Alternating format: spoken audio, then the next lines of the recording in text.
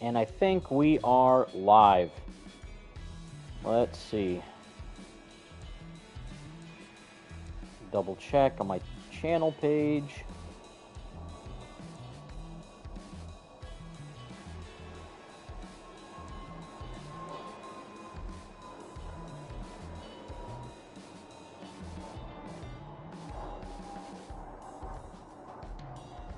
Let's see.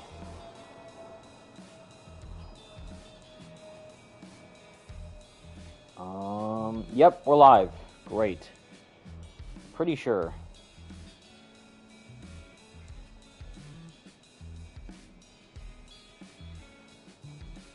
Let's see. Great, there we go. Now we're live.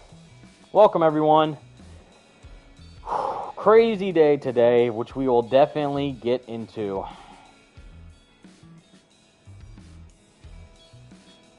Welcome, welcome, welcome.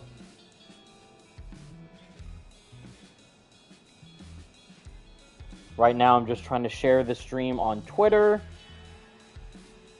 and hopefully get you guys all in the know of what is happening, which, of course, we're not playing Marvel Spider-Man 2 today. We are playing Hi-Fi Rush, one of the best games ever made, and to get you all up to speed, just to post this while people are still joining, this is the news that dropped today, as I will leave it as a link in the chat, and also I will try and pin it if I can. Let me see. Pin the message, yes. Great. So that is the news that happened today pertaining to gaming. And if you guys have no idea what I'm talking about, I will get into it. And man, it is very much heartbreaking. Let's see. Today's news is heartbreaking for me personally. And even more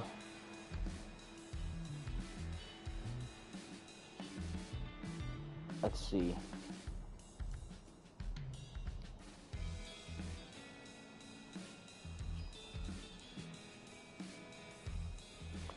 Setting for the developers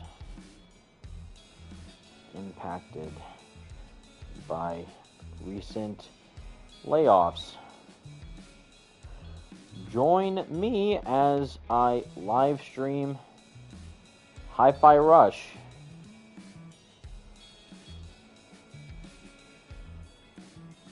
One of the most passionate games ever made. Tune in to rock out with me. There we go. Share the link. Boom. There. Bam. Pow. Done. All right.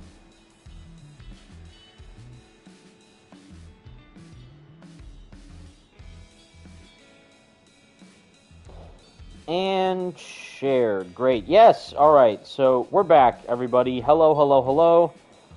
Happy Tuesday morning, afternoon, or evening, wherever you are. Hopefully you're doing well. Hopefully you're having a good day. We're not having a good day, or at least I'm not having a good day today when it comes to the recent news pertaining to the gaming industry, but also with these recent layoffs and studio interferences and corporate bigwig just sidelining of passionate developers. It's been happening for decades. But today, it just, really hit home for someone like me, personally, who loves games in general, but more specifically, this particular game, which I've been meaning to stream since the day it released on PlayStation 5. Now it's actually here. It's been here for, a month. But we are going to be diving into some really upsetting news pertaining to the state of this game, but also relating to just the wider scope of where the gaming industry is headed in general. And it's going to be very concerning, especially with what we saw happen today. But also just in general, how this could impact other developers going forward, because that's the real bigger picture. And we've already kind of lightly talked about this in previous videos, even with Insomniac Games dealing with layoffs, even though they released Marvel Spider-Man 2, which is the highest and most fastest selling PlayStation exclusive ever made, and it got praise reviews and made record-breaking sales, and even then a game like that still had the developers got laid off unceremoniously underneath Sony's supervision. But now we're not talking about Sony, we're talking about Microsoft and just the utter abysmal leadership that they have going on over there. And it's sad, and it makes me super upset, but it also just paints a very dark picture for where the gaming industry is going, and whether or not it could be a more stable environment for developers to work in, what this could mean for specific games to be released that may not be like the Fortnites of the world, where they don't make, or even Genshin Impact, for example, like they don't make millions upon millions of dollars just for making it a free-to-play, live service, always monetized experience. Games like that are not what the industry is sadly looking for right now. This is what we saw with Avengers, where they tried to make a quick buck and it flopped, and obviously recently with Suicide Squad trying to make a quick buck and that flopped, and it was terrible in every single way. And it's always a very minute crowd of games that are able to pull off the big money-making, gangbusters amount of revenue that these developers and publishers mainly are seemingly wanting from these teams. And it's a studio, or it's a situation where studios aren't allowed to be creative and passionate anymore. They're mainly allowed, or given the quote-unquote freedom to chase trends and follow the dollar signs in hopes that they'll make, a Scrooge McDuck amount of money, when really it's all about just making a good game at the end of the day, and that's what matters most. But seeing what's happening here with Tango Gameworks, who the developers who made this masterpiece, Hi-Fi Rush, experienced. So yeah, quickly just to go over the the news in the link in the chat.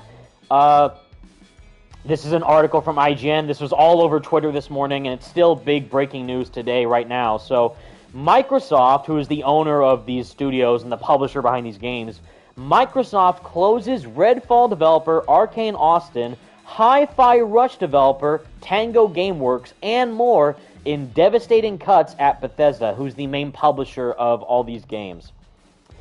Microsoft has closed a number of Bethesda studios, including Redfall maker Arcane Austin, Hi-Fi Rush, and the Evil Within developer Tango Gameworks, and more in devastating cuts at Bethesda, IGN can confirm. And there were several posts made by the developers about this. Arcane Studios, who made Redfall. Arcane Leon, by the way, is a different studio, and for those of you who don't know, they're making the Marvel Blade game. They're not affected at all right now, but it would be scary if they weren't making a Blade game, to question whether or not that means that they might have gotten the sack too if they weren't making a big, massive, Marvel IP title right now. And Microsoft's main statement about this, they said a lot of buzzwords pretty much just to get the marketing tactics out there, which is total BS. But the main thing they said was, this reprioritization of titles and resources means a few teams will be realigned to others, and that some of our colleagues will be leaving us. Which is true. And their main big statement to end it out, though, with was, let's see, these changes are not a reflection of the creativity and skill of the talented individuals at these teams or the risks they took to try new things. That's a lie. I acknowledge that these changes are also disruptive of the various support teams across ZeniMax and Bethesda that bring our games to market. We are making these tough decisions to create capacity to increase investment in other parts of our portfolio and focus on our priority games. That is absolute BS, because Hi-Fi Rush has 3 million people bought the game, at least 3 million players bought Hi-Fi Rush. It won multiple awards at the Game Awards and the DICE Awards and GDC and all these other game award presentations. It's a critically praised game, and it did pretty well for a brand new IP that was shadow dropped out of nowhere, that originally launched on the Xbox and PC, and only recently it launched on the PlayStation.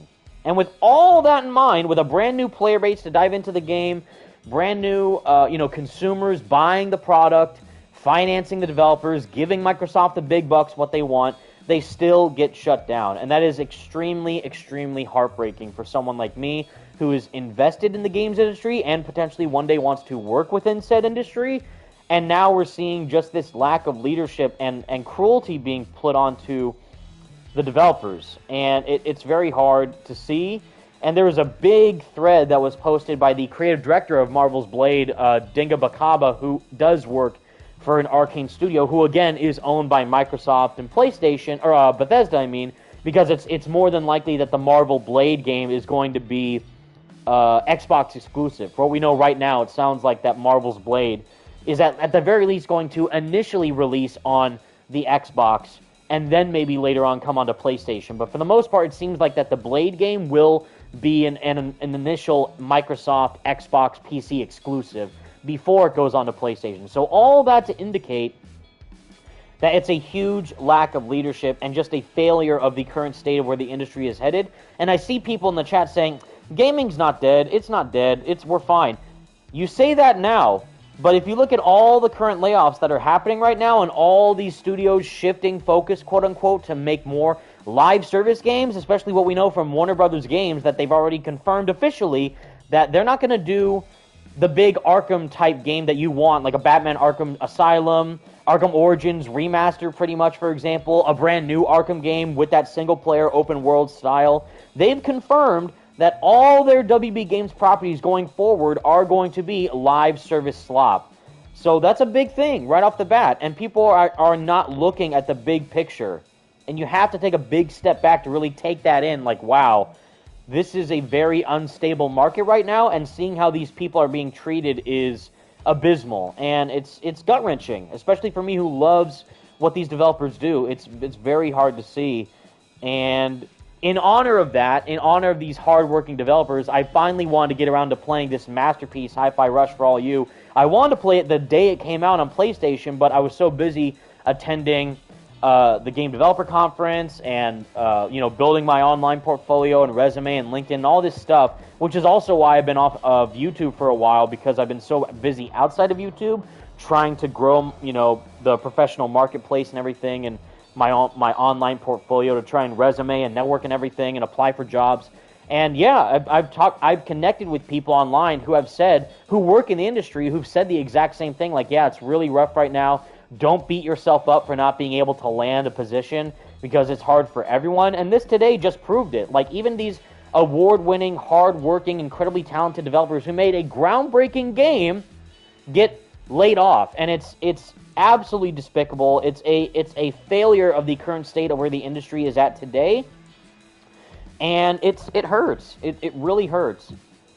And it just makes me less hopeful for where the industry could go, especially if, like, you want to see, Marvel's Spider-Man 3 by Insomniac Games. That's going to be awesome. But if the game doesn't sell the amount of money that Sony wants them to sell, or the amount of copies that they expect a game or an IP like Spider-Man 2 make for them, then even if it does amazing, chances are that they'll still get laid off, or some people in Insomniac might get changed positions, or Marvel might shift focus or something. It's very uncertain to where that lies for developers, and it sucks. It very much sucks, and I hate seeing it, because I know that the industry can do better. And they lay the groundwork for these innovative, super inspirational experiences.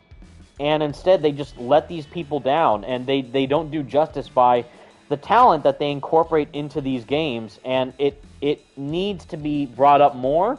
And I'm glad people are finally, like, taking a stand and noticing and seeing, like, how this is affecting people and all this stuff, but mainly being there for the developers more than just the publisher, and, like, yeah, this game's, great, and not looking at the inner workings of what's happening. So it's really upsetting, but I'm glad, more people are starting to kind of be aware of the situation and just say, yeah, enough is enough, and this is wrong and unjust. But we're here to just, again, praise an awesome game, share the love, and just make sure that more people are aware of how awesome Tango Gameworks was, sadly, the developer who was around. Now they're not anymore, but share how awesome this game is. So let's see.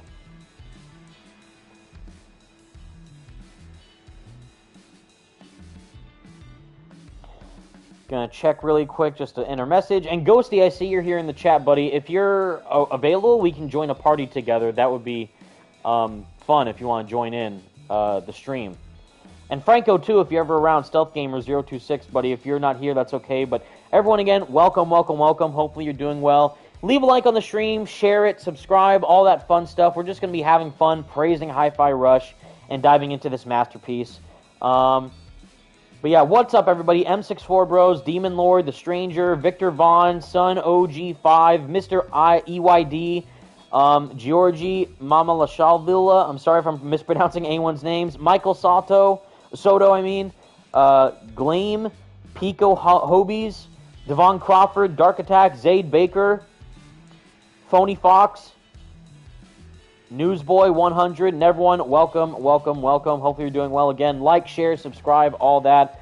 I'm just happy that you're all here, and hopefully you enjoy the stream, because this game slaps, and I want to share the love, because it is definitely earned of it. So let's see, finally, here we go. Things can wait. By the way, Chive here, one of the best protagonists in any video game of all time, also voiced by Robbie Damon, who is the voice of Chai in the, Peter Parker, in the Disney XD Spider-Man cartoon. So let's see, I'm gonna change my outfit really quick. I'll just go to the OG suits first, the OG looks, to start us off. Yes, and then Chai. Gotta keep that guitar, because it's like the coolest thing in the game. Let's see, actually, let me just, there we go, easier. So Chai, 808, Peppermint, Macaron, Cinnamon, and Corsica.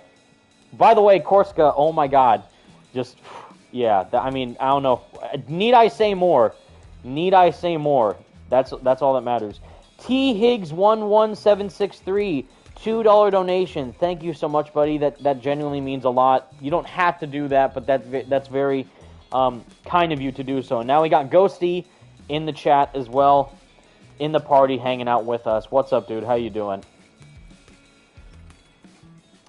Yeah, man. God, this just hurts me personally. It's just really upsetting. But now, since I'm playing, there's still a lot left to be done in this game. I've already beaten it, like, from start to finish, but as you can see, there's, like, a big challenge board here for, like, different, like, achievements you can unlock in various stages of the game.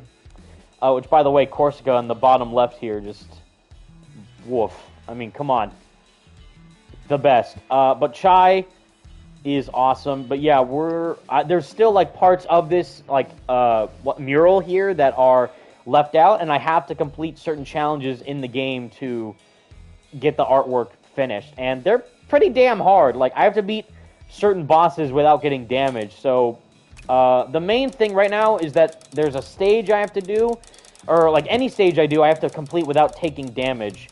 So right now, and then there's also like beating certain bosses without damage. So that's like the most challenging one. So yeah, flawless run in any difficulty, beat any stage without taking damage. That's pretty damn hard, but I'm gonna try and do it. And then yeah, track 1, beat any boss without damage, without taking damage. Track 2, Kale, the final boss I have to beat without taking damage. Mimosa. Well, all these boss fights, by the way, absolutely slap. And then the final award that you get for doing everything is a golden guitar, which is sick. So I want to try and get that, but right now I'm going to check my chips, my mods pretty much. The suit mods for Chai are just chips, and I'm going to make sure that I have this one. High risk, high return, increased attack and receive damage by 150, yes, because that means I can take out enemies faster. And what's this one? Let's see, a chip for exclusively for the directional parry. Become invincible for a short time. I definitely need that. And then damage rebound parry. I feel like that will help me, but only time will tell, but I'll try that for now. Let's see, is the volume okay? Is it loud enough? I think it's okay. For me, it sounds pretty loud, but for the chat, it's pretty minimal, which is great. But yes, Ghosty, hello, welcome, buddy. How you doing? Hello there. So, very fitting game to play, especially with in today's news that happened.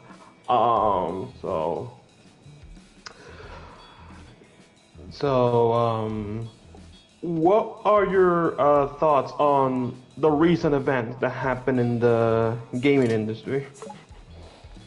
Well, I pretty much just said all of it at the beginning of the stream, but yeah, like, I mean, it's scary because it makes you concerned about where gaming can go in terms of a game not making any profit. So if a game doesn't make profit in what they want them to, then it's going to be scary for developers to not get the experience they want. And like, if they're forced to make a game that adheres to the latest trends, like, oh, you got to make a game that is the big money maker, continuous online live service, instead of making something out of creativity and passion, then it's sad.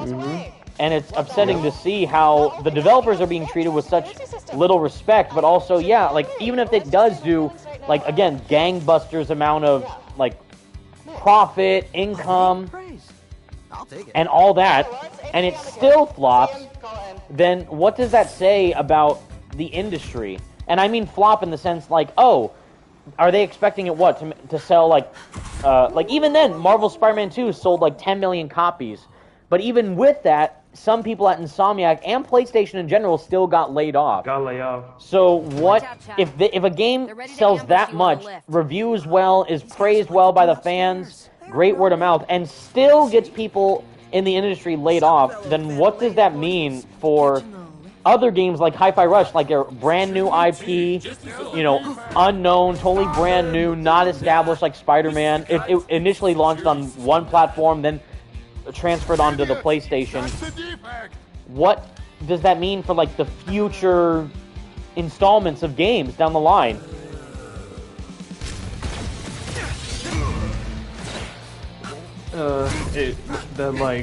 That just, for me, that just screams like it's that, like, greed. Greed, yeah. Like the publishers just like they really like even if a game like does, like, as you said, like game-buster sales and all of that, like even if the game does that, publishers are still like, yeah, I think we can make more money than that. Let's actually make games that follow trends instead of like letting developers do what they want, pretty much. Right. And it just sucks because it's upsetting to see that creativity and innovation like that just gets smacked down in an industry where it's like, you gotta be the next Fortnite, you gotta be the next Genshin Impact or whatever, like, you know, make a return on investment each time you log in to playing a game. And instead, like, a game that you just buy and beat over the weekend or whatever is not sustainable in today's current market, which is why even like for upcoming games like Wonder Woman from Monolith and WB Games, who now have shifted their focus to doing mainly online live service stuff, what does that mean for like a game like that that's just a straight up single player experience not getting the time of day to thrive in the market? Like, is it good? Is it bad? Like, we don't know what that state is. It's a very uncertain situation that these developers and even publishers find themselves in. But it's very concerning to see, like, this is just the start of it, and what that could mean for other bigger games down the line. No, yeah. And it's even more scary because it's like, because it's not because this happens with like, because we're starting to see this happening like if you find more recurrent for the last 2 years, because it's like, because we've seen, like, for example, Tiny Games shutting down, and I don't know if you remember too, Evan, when Volition, the developers of Saints Row, shut down too. What was it, like a year or two ago, I think. And so, and that was like a developer that's been going on for like years now at this point, like Saints Row, like obviously a popular franchise. Yeah. And even that, and even the reboot of Saints Row that they didn't do too well either. But that might be more of like a game thing. Like, you know, did people actually enjoy the game that they made? But because of all, like, you know, then they get into stuff like, you know, politics or whatever. But that's another thing. I'm mainly about, like, making just a damn good game and then still getting the lack of respect that can be invested into an experience like this. No, yeah, like, absolutely. Like, but that would be like, for example, what would be a good example? Like obviously, like the main example here is Hi-Fi Rush. Like despite the critical praise and like the multiple awards and overall the great recognition that it got, and the studio behind it still shut down because layoffs and cuts pretty much. Right. And yeah, it's just so depressing because it's like, imagine if this happened to Insomnia. Like even if they made like that's what I'm talking about. Like it's a glimpse as to what's to come for more super talented and hardworking developers. And like even a game like if a game like Hi-Fi Rush gets all this praise, all this love and appreciation, sells pretty darn well for a brand new IP and still gets the boot, then what does that say for even a company like Insomniac, like who made Marvel Spider-Man 2 and doesn't get like huge praise or promotions or a well-resounding improvement among their like work ethic, but instead they get laid off or transferred to another studio or whatever. Like stuff like that's just scary to think about. Someone said in the chat, Saints Row had nothing to do with politics. I'm not talking about politics like, all that, like, hardcore politics, but I'm talking about, like, a lot of people came out and said, like, oh, all the SJW stuff was just very out of place for the game or whatever, but that's just one aspect. The majority of it is, the main factor is that the game just wasn't that enjoyable compared to the previous Saints Rows. But then it also had those other elements of, like, oh, they had to, of course, like, the crazy cringe people on YouTube, like, oh, they went woke, go broke, like that type of politics stuff. So I haven't played the game. I love the original Saints Row, but I didn't play the new Saints Row. But just the game, from what I saw, the tone of it wasn't what I was looking for in a Saints Row game. But yeah, this, like, again, this game is a masterpiece through and through. So it's crazy to see them get treated in such an abysmal and disrespectful way. But yeah, I mean, again, this is just a glimpse. It's like, if that is what is happening for Hi-Fi Rush, and again, we saw similar stuff happen for Insomniac even, what does that mean for where the gaming industry can go in the future? Like, is it dead? Probably not, but is it going to be negatively impacted going forward in the future? I think so. Like, gaming is still alive and well, of course, with a game like Fortnite and, whatever. Like, I'm talking about, like, games that people love and thoroughly play on a regular basis, but for an industry that's trying to make a profit continuously, and even like me trying, like, new hirees for positions in roles that satisfy their needs of what they're looking for and not giving them what they actually want to see. Like, oh, you're not making the Fortnite money, you're not making the the Genshin Impact money, well, goodbye. Then that's like a big, well, it honestly is like goodbye, see you later. It's just very upsetting to see stuff like that happen. Let's see, I'm trying to get this guy. Oh yeah, like, Lulu Komadori in the chat says, do you know the worst part? Microsoft owns the IP for the works, right? Meaning they have, they can make Hi-Fi stuff, and it would be insane backlash because it's like, it's obviously not from the same team. It's a different one.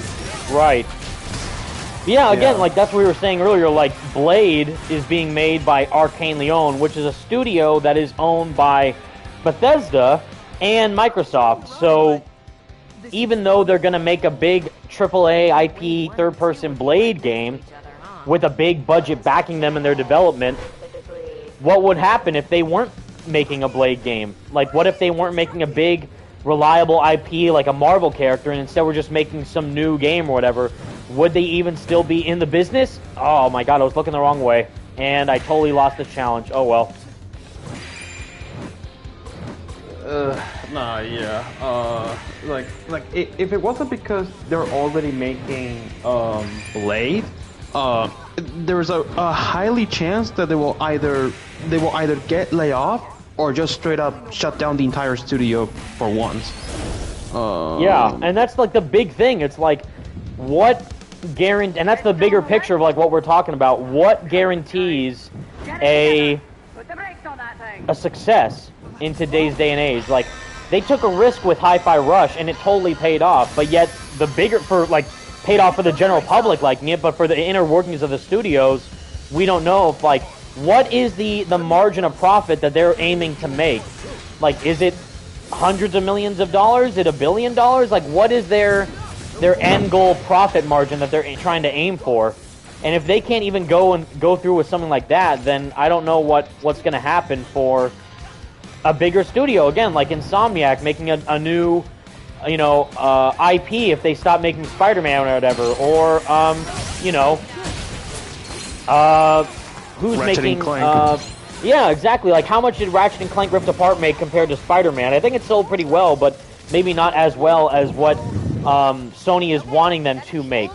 And again, we don't know their gauge levels of how far they want to go in the industry in terms of making a profit like that. But it's upsetting because even if one person plays the game, that should still be a success. But if they're trying to make continuous income, that's why they're focusing on the big live service push for like Helldivers 2 or Fortnite or whatever. If they don't make that, then it's going to be hard for them to even go through any game in the industry, let alone a game that's as big and marketable as like a Spider-Man, for example. Yeah, it's like, because the thing that you have to, like, the thing that people have to realize is that making, a game like Spider-Man, for example, obviously it's going to take time and it will cost a lot of money, so it's like, they have to, like, make their profits one way or another. Right. Yeah, and so it's like, so what can we do to cover those profits? Well, in the meantime, like, we have all these other studios, because I don't know, like, if Insomnia, like, let's just say, if Ratchet and Clank, the new Ratchet and Clank doesn't do well, then it's a guarantee that the next Marvel game that Insomnia does is gonna make, like, bangers numbers of sales or whatever. Because they know that's gonna sell really well in comparison to the last game that Insomnia made. But that's the issue, is that even, like, what are game industry devs or publishers looking to achieve at this point? If a big game like Marvel Spider-Man 2 does sell well, and yet people at Insomniac still get laid off, what does that say about smaller games like Hi-Fi Rush or, whatever, anything else that might come out in the future, or even Blade, like Marvel's Blade, even though it is a Marvel character, the game is not guaranteed to get, massive Marvel Spider-Man sales. Just like we just saw it with Suicide Squad, like, oh, Warner Brothers thought in the back of their mind, oh, Suicide Squad's a big IP, so that means no matter what, the game is gonna sell and make, Fortnite money. But it has to be not only a good game, but you have to use the IP in a way that makes sense, and it wasn't either. So it's a flop both in terms of the general public liking it, which they didn't, they hated it, and then also the income that the game made zero amount of profit. So my point is, for, like, yeah, if a game like Blade is being made, which is a big Marvel IP, but is Blade, like, factually and objectively, is Blade as popular as a character as Spider-Man is? Objectively, no. So, knowing they already have a tough battle to face there, and same with Avengers. Like, Avengers was the big, huge IP at the time because of Endgame, Avengers Endgame, and, Marvel was on the top of the world back then when that game came out, or when the movie came out. So when the game came out the next year, they thought, oh, this game's gonna do amazing just because it's the Avengers. But in reality, it's the exact opposite. It doesn't matter what the IP is, it has to be a good game at the very core of its DNA. And that's exactly what Marvel Spider-Man is, that's exactly what Midnight Suns is, that's what Guardians of the Galaxy was, and even though Guardians of the Galaxy was an incredible game, it still didn't sell too well. It already confirmed that the game didn't make the amount of revenue that, Square Enix was hoping for, and that Avengers lost, $300 million in development costs, and Midnight Suns didn't sell well either, but still reviewed well. So all of this, it's always an uncertain gamble whether or not a game is going to do well in terms of financial income and profit. But how do you even make a game at all at that point if the main thing you're worried about is money? That doesn't make any sense to me. Those executives that are always like, what's the most money we can make for this project? Oh yeah, let's just make a live service. Simple as that. But even then, it's not a guarantee that the game will do well.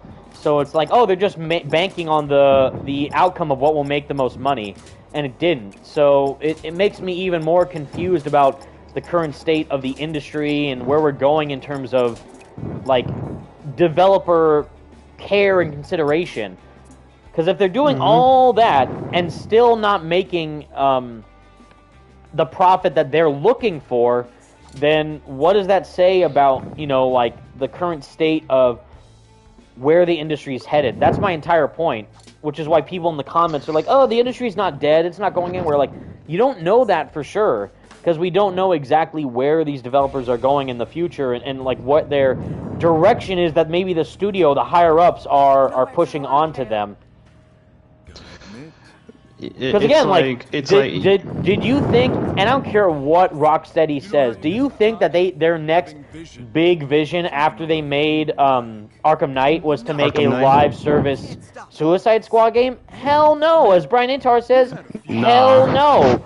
It absolutely was a decision made by the higher-ups at WB Games, which is now confirmed even more because they're going to double down on live service games. So it makes zero sense why they would go this direction in the first place. You know what? No, that's the thing that like pisses me off more than anything, because it's like, because they know how much of a failure Suicide Squad was, and yet they're still like, yeah, we're gonna be doubling down on those live service and free-to-play games, because yeah, it's like, are you, like, do you realize, like, that that's not what people want? And the fact that it's, like, it's not even a good live service game to begin with. It's like, I don't know. It's just like, I'm just trying to understand, like, what the, not even the executives, but just, like, what the higher-ups want, because it's like, I don't know.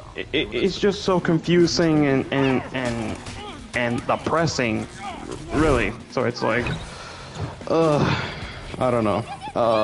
And also, what you have to realize is that you're looking at it from like the outside perspective, because we don't know what's going on behind the scenes. Like, we don't know what the developers and publishers and people working in the industry are going through. No, and even then, like, you can make the best game in the world nowadays, and it seems like no one cares.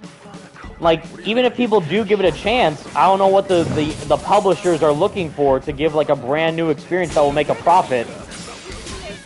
Okay, I totally got hit. I'm already lost this. You know what? Let me redo this. I was getting too in the zone with that whole sequence with Kale. This final boss again. It's not playing the song that I used in my recent Marvel Spider-Man 2 edit, because it's a licensed copyrighted song. But this, even the cover song for this, like In a Blink, is phenomenal. And like every song in this game slaps, dude. Like, it's insane. Man, but again, it shows how even if a game does, again, gangbusters, it does great reviews, even if it makes a profit, it still may not guarantee the safety of the developers. Like, what if, like, even, like, I don't think we've heard anything about the Baldur's Gate team, right, who made, Baldur's Gate 3, we haven't heard anything I don't think, from them. I don't think, like, their positions are interfered with or whatever, but it makes me concerned. Like, what if they, get the sack next time or whatever, or, like, a layoff over there might happen, even though it's just, a Baldur's Gate 3 is, like, a masterpiece for people. Yeah. Because the other thing is that we still, like, we haven't heard anything from, like, the other, like, developers from PlayStation Studio. Like, besides Insomniac, we haven't heard anything from them. It's like, we don't know, like, if they're, like, obviously it's like they might be working on games, but, like, we really don't know, like, what's been going on with them, right, as of late. And and that's another great point, because it's like they experienced this awful hacking situation, and all their games for the next 10 years were leaked online. So, which we will not talk about in the stream, but that shows, like, internally, we don't know what is going to be happening within their studio going forward. And hopefully, if rumors are to be believed, that we could get a PlayStation showcase this month saying, here's our brand new Insomniac game, here's our brand new Sony Interactive Entertainment lineup. We don't know still if that'll be doing well for what they're expecting to make. Yeah, it's like, and that is like, even if they show something, because it's like how much can they show without being like, because it's like, obviously we know what Insomnia's been working on, like, for well, what they're gonna be doing for like the last 5 or 10 years. But like, what's gonna be like for the other developers? Like, what Sony Santa Monica is doing now, or what Naughty Dog is doing right. now, or and even then, like Sucker Punch, like who's doing Ghost of Tsushima, who did Ghost of Tsushima, who may or may not be making the sequel. Like, we don't know for sure what this means for the overall future of the company and their direction, and what could be happening for the studio. Like, is it going to be for the betterment of the developers and their project and their vision, or is it what the mandate of what the publisher is wanting from them? Like, no, you got to make a live service, you got to make this, you got to make blah, blah, blah. And it's not guaranteed anymore in terms of, like, success and safety for their employment. Because we're not just talking about, like, oh, is the game good or whatever. It's more about, again, the safety and the overall, you know, outcome of where the developers lie for their employment. And it's not a stable industry. No, it really is not. And the other thing too is just like, because we really saw like that, like when Jim Ryan was like still at the lead of PlayStation Studios, they were like they were, oh, we're gonna be like making, you know, they were making like what, 5 live service games now, but like with Jim Ryan, now that he left the company, you can actually tell that like they were going for like a different direction. Like, yeah, this live service stuff is not doing it for us, so we just like are moving away from it. And so yeah, it's like they're actually, they realize that, yeah, like this live service stuff is not gonna, you know, it's not gonna be sustainable for like the next 5 or 10 years, and so we actually have to do something different. Like, we can't just always do the same thing. But even then, yeah, it's sad because like this was a huge risk to take in terms of like a brand new innovative experience with Hi-Fi Rush. Because usually, if you guys don't know, Tango Gameworks, they worked on the Evil Within series, which was a survival horror game. And that's more of like what you expect from like a mainstream, you know, AAA studio to follow the trend of like, yeah, we got to do a big, you know, AAA horror, Resident Evil style type game. But instead of doing, you know, Evil Within 3, instead they do this. And they did a completely like 180 on the industry and say, you know what, we're going to do something totally original, unique, and do something creative that will, you know, go back to the days of early gaming, of what people enjoyed about the industry and these experiences in the first place. Yeah, it's like they took a massive gamble with and a risk with Hi-Fi Rush. Yes. Because it's this not what game, you expect like, from a game at all. Because it's like this game, like for what I've seen of it, at least, it's like it is very different and it outstands from like every other game that's coming out nowadays. Because it's like it's nothing that we have ever seen before, and so.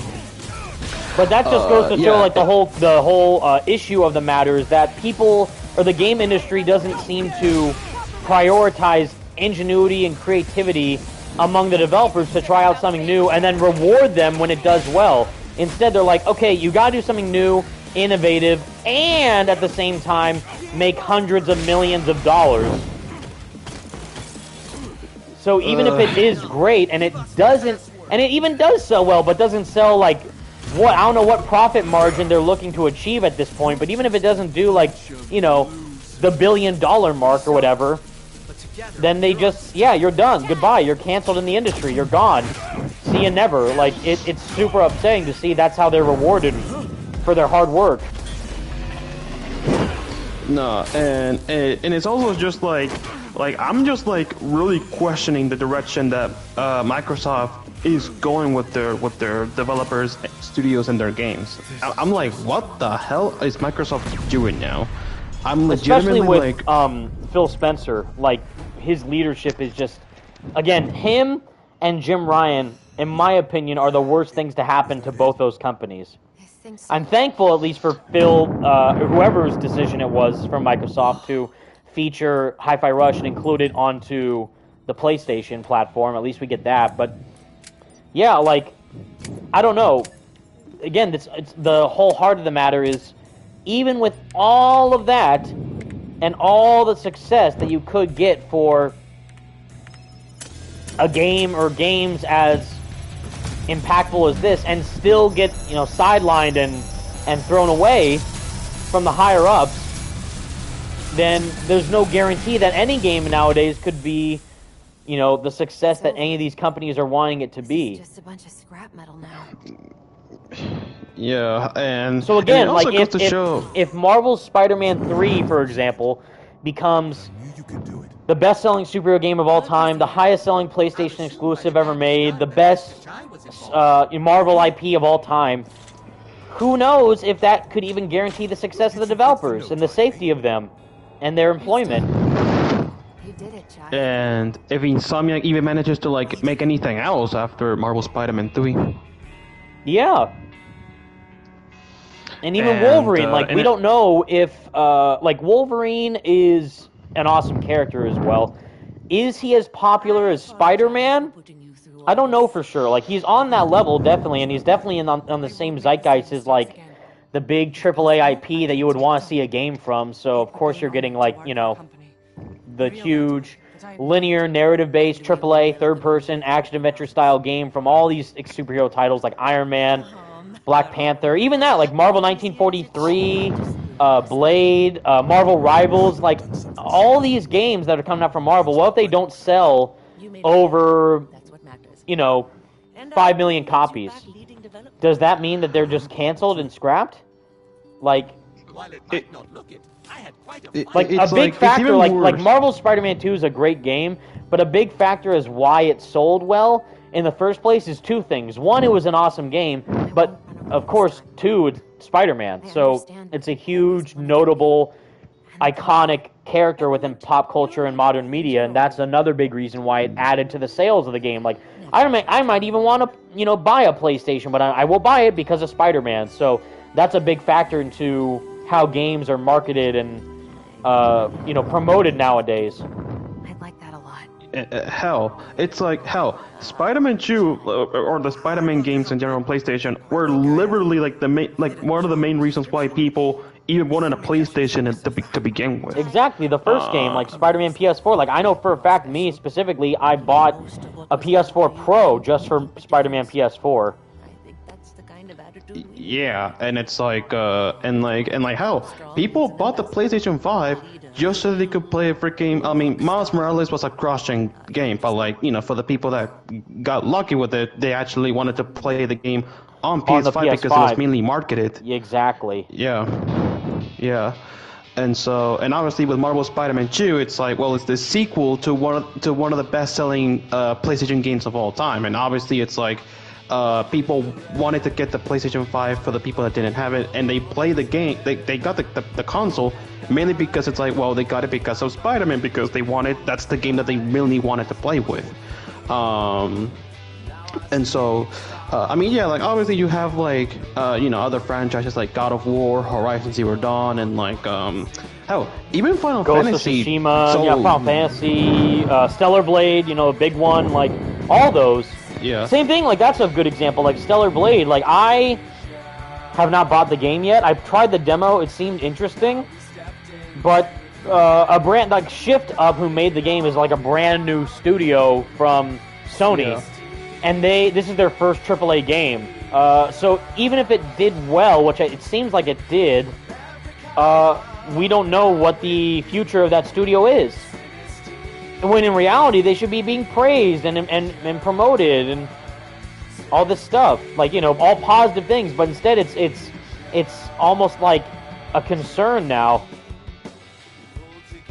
Like something to worry about, really. Yeah, like my God, like great, the game came out. Is it okay? Like the game came out, the game reviewed well. Are the devs all right? Like what's happening? And that should not be, my point is, that should not be the reaction that people have for any of these studios. It should be more about like, wow, great, I can't wait to see what their next project is. I can't wait for more great games like this to be made. But instead it's like, yeah, well, you know, good luck, gets fired. Like, that is awful. Yeah, it's like, and that's also, it's like, because the Black Panther game made by Cliffhanger Games, that is a new studio that was open, and Black Panther's gonna be their first AAA game. So who knows if like after, yeah. So it's like, if Black Panther doesn't do well enough what does that mean for Cliffhanger Games? Like, will they still be making games afterwards?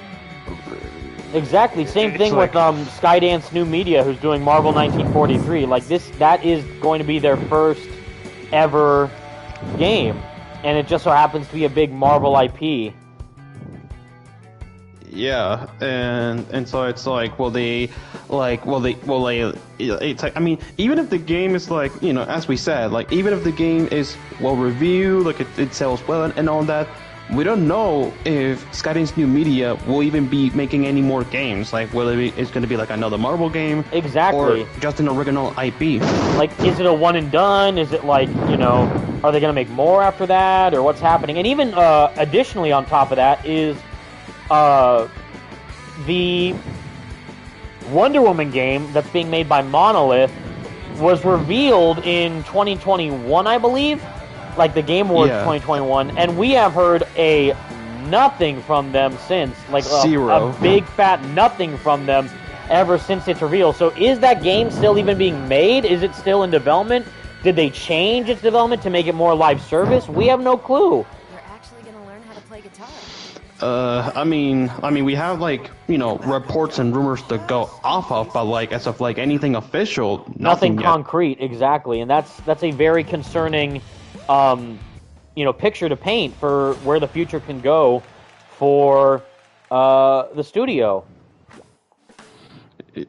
Yeah, and at this point, I'm just like whatever a new game comes out, and if it does, like, you know, it gets good reviews, great sales, and all that, I'm just gonna be like just worrying, like, will the developer be good? Will they be still making games afterwards? And that's not something you should be like feeling about to begin with, but now it is really exactly, and it's very concerning to see that all play out for the studio, and it just, like, again, makes me scared as a person for two reasons. One, because I'm personally trying to work within the industry, because that's like the whole reason why I wanted to go back to college and get a degree and all that, is to get into that area.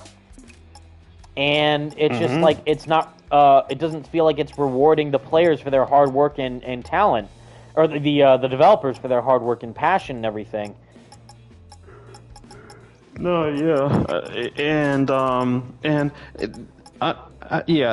at this point, I'm just like I'm just hoping that like whatever like Microsoft is doing, like they actually, because I'm not expecting them to, like, because it seems that this is gonna be like a permanent thing. Like, yeah, like all these studios shutting down, we're not gonna reopen them or anything. We're gonna actually continue with our decision, and like. And who knows, like, if they, because it's like, now that Tango Games shut down, like, will there be a sequel to Hi-Fi Rush? Not by them, but like by a different studio, maybe. No, I don't think so, because that's the whole thing, is that they probably were going to do a sequel at some point, but instead now they're just getting rid of them completely. No, yeah, and the same thing with with Arcane. Like, I mean, yeah, we know that, like, the, what was it, Arcane studios themselves. Arcane. No, wait, you mean the one that got shut down? The one that got shut down. Yeah, that's Arcane Austin, who did Redfall, which was that live service vampire shooter. And granted, it wasn't a good game, but I don't blame the developers for that. I blame the studio, the publisher, Bethesda and Microsoft, for more than likely forcing them to make a game that would try and make them more money. And it didn't work out, because that's not what the studio is known for. Again, we've made this comparison in the past, where it's like, would you make Insomniac Games, who are known for like their Ratchet and Clank style experiences, do like a racing game? Would you make them do a fighting game? Like, no, because that's not what they're known for. So you got to make sure that they play to their strengths. And the fact that they aren't, or they weren't, they instead were just mandated and forced to make a game like that from the studio in charge, is upsetting to see. No, yeah, and like it's like, I mean, yeah, Redfall was not a good game by any means. Like, it was actually like in the top 10 of like worst games that came out like last year. But that's not really like, but even then, it's like, I'm pretty sure that Arcane Austin would have actually like able to redeem themselves by if they were to put like like trying to fix the not fix the game, but like actually like trying to make it somewhat decent or whatever the hell they were going to be doing next. But nope, it seems like we may never know because they're getting shut down. So instead they just get sidelined, and it's very upsetting to see because how talent is treated at these studios.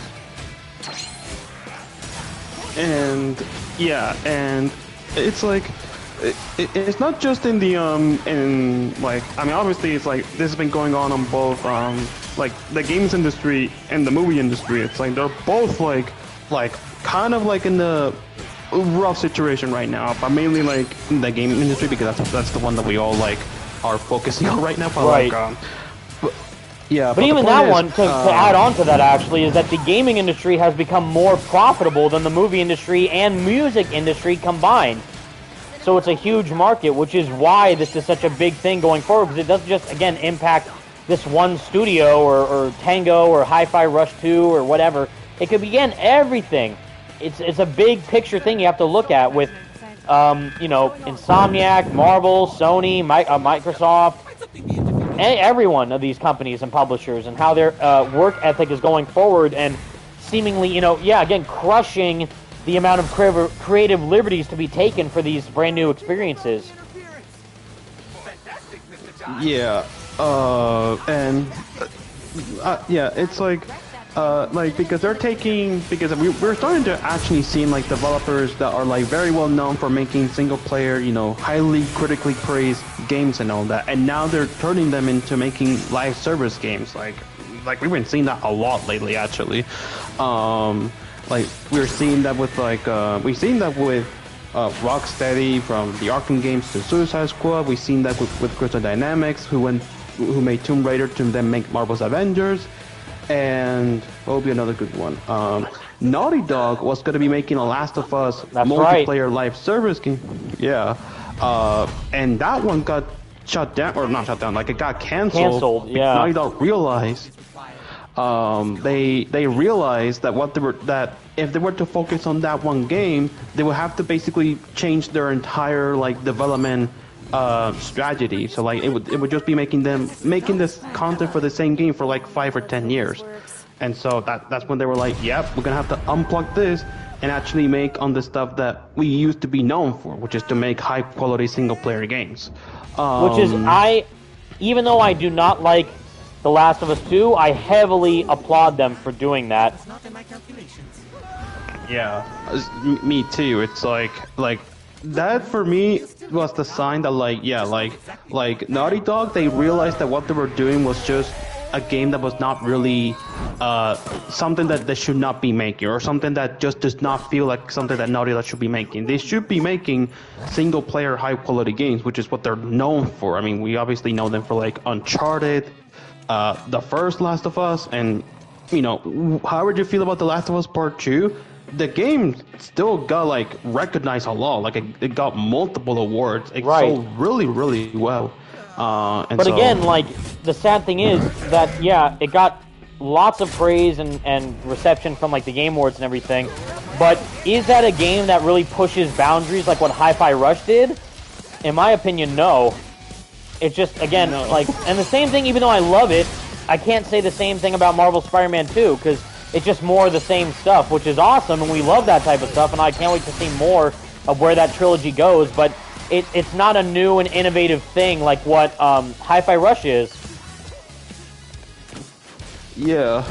It's more about the industry standard of where they expect these companies to take their games in the future. Which, again, is what we saw from Tango, like, who made Hi-Fi Rush. Then before, they did Evil Within, which was a horror game, which was more in the context of what you would expect a big AAA studio to do. Yeah, it's like it's very much just like what is the safest thing that we can make? Oh, just make more of the same instead of actually doing something new and creative. Exactly, and that's apparently what sells. So it's like, of course, Marvel Spider-Man 2 and Marvel Spider-Man 3 and Wolverine are going to sell millions of copies and more than likely get praise reviews, but it's at the risk of innovation and differentiation amongst games and studios and creativity exactly.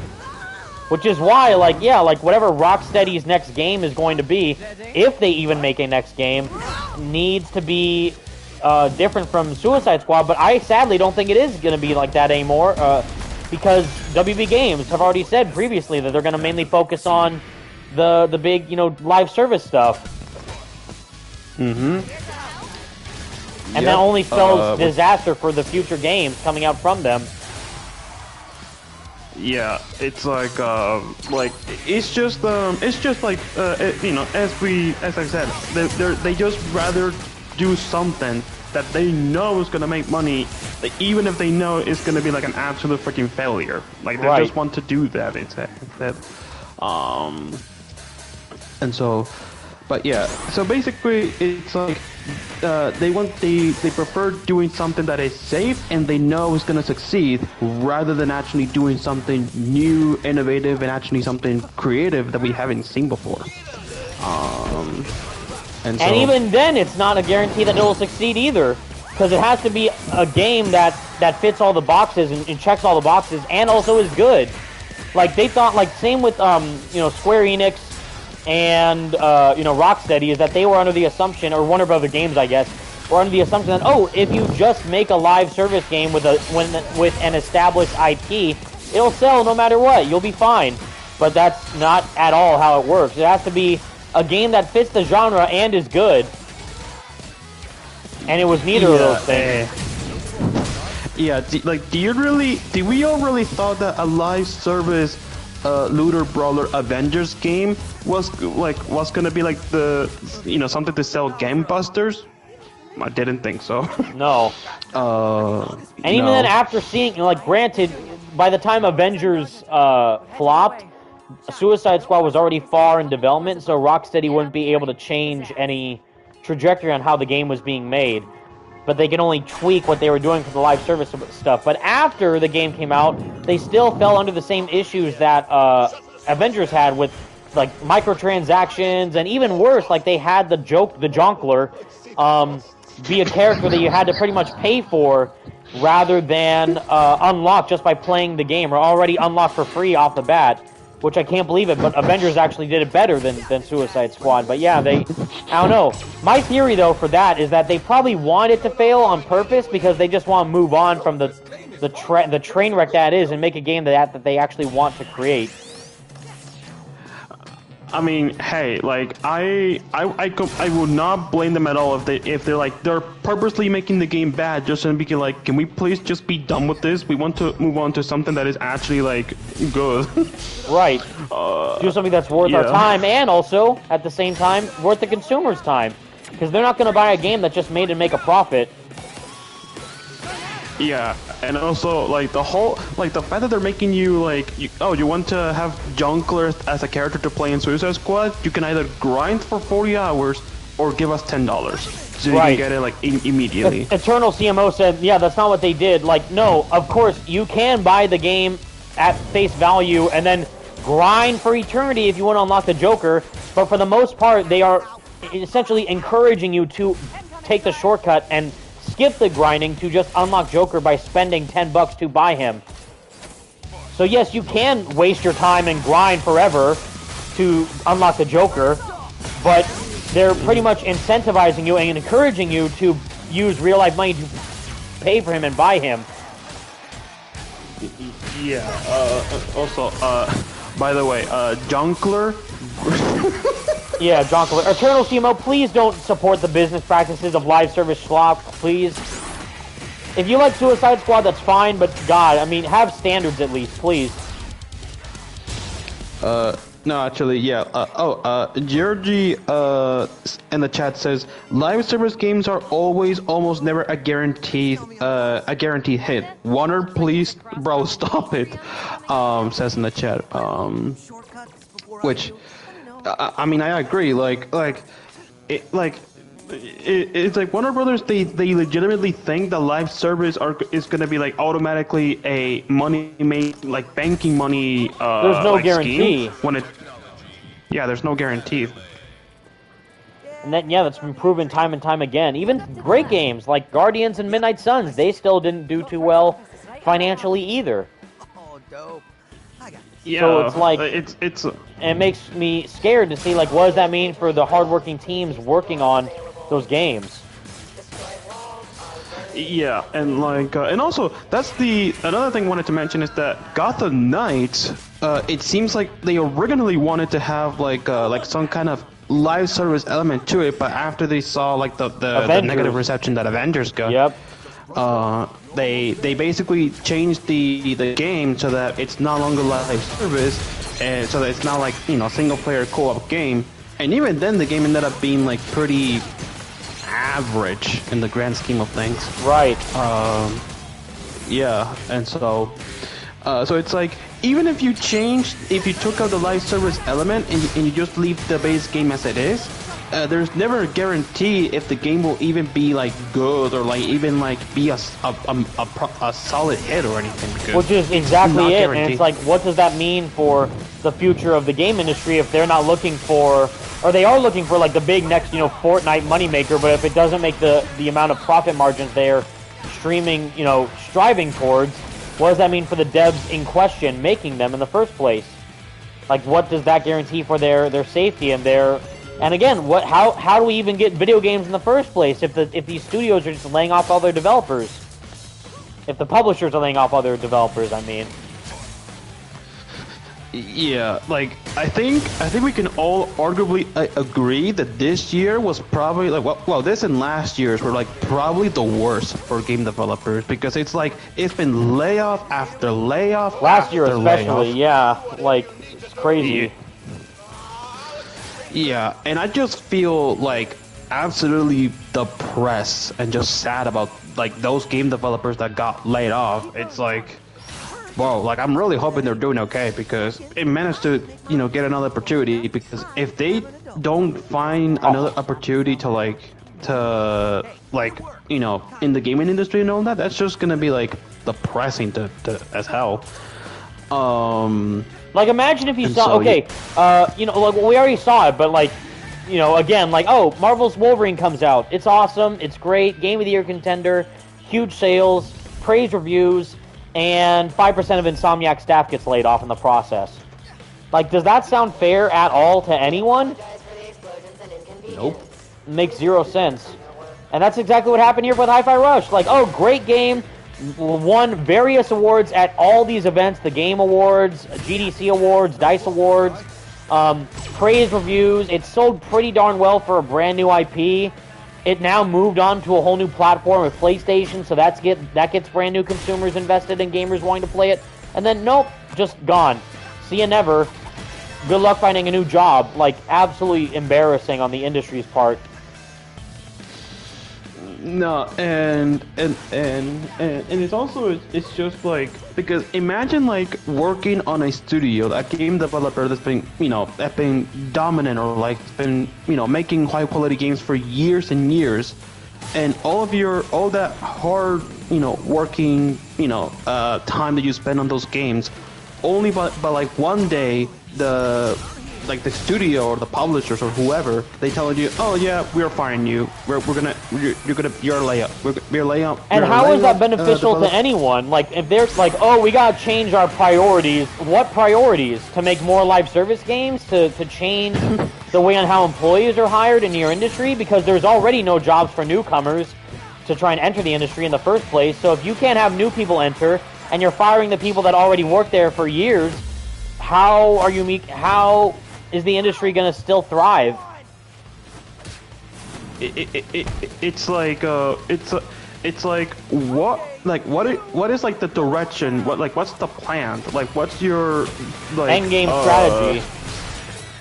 Yeah, like what's the overall goal of these publishers and developers with these layoffs? It's like, I don't know. I legitimately have no idea how these publishers mainly it's all about greed. It's all about greed and yeah, just overall depressing. But speaking of Hi-Fi Rush, how is the game overall, Evan? Now that you actually got the chance to play it, now that it's on PS5. You have to play it for yourself, Ghost. And everyone in the chat too. You need to play this game if you first off care about video games, but second off care about the hard work that developers pour into these experiences. But I'm not kidding when I say like this is genuinely in my top 5 video games ever made, and I'm still waiting because they confirmed before this awful layoff situation that they confirmed that they were going to make. Well, first off, they confirmed it's coming to PlayStation 5, which is awesome. But then they also confirmed that they're making, or they're going to release a physical edition, like a collector's edition type thing, for the game with limited run games. Oh, yeah. But I don't know if that's still happening anymore now because of this layoff. I hope it is. Oof. But I need that right now, and I am going to buy the most expensive version of Hi-Fi Rush when it comes to physical, releases. How would you rank Hi-Fi Rush in your top 5 games in general? Yeah, no, this is... Man, I mean, okay, Spider-Man PS4 is number 1, because that literally changed my life. Literally changed my life. 2... Man, it might... I know one of them. I don't know in what order it would be. So, okay, number 1 for sure is Spider-Man PS4. Undoubt, no questions asked. The other 2, I don't know where to put them on the top 5, but I know they're in the top 5, is this, Hi-Fi Rush, and Bully, made by Rockstar. Their best game. And it makes me so mad that they never made a sequel, or a remaster, or whatever. They ported it, thank God, onto the PS4, which can be backwards compatibly played onto the PS5, so technically I can still play Bully today with a modern console, which is awesome, but... Man, like, I would do anything for a remaster or sequel of Bully, because that game is fantastic, and hilarious. And Hi-Fi Rush, just literally a love letter to all video games ever made. So those are 3 of the 5. 4th...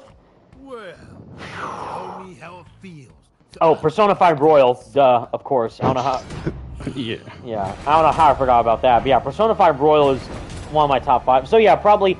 Number 1, Spider-Man PS4. Number 2, Persona 5 Royal. Number 3, probably Bully. Number 4, something. I know, probably number 5 is Hi-Fi Rush. Number 4, this boss, by the way, absolutely slaps.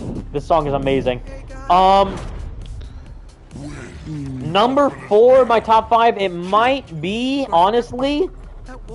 Mass Effect 2, because Mass Effect 2 is a masterpiece, and that got me into like big, epic RPG style games.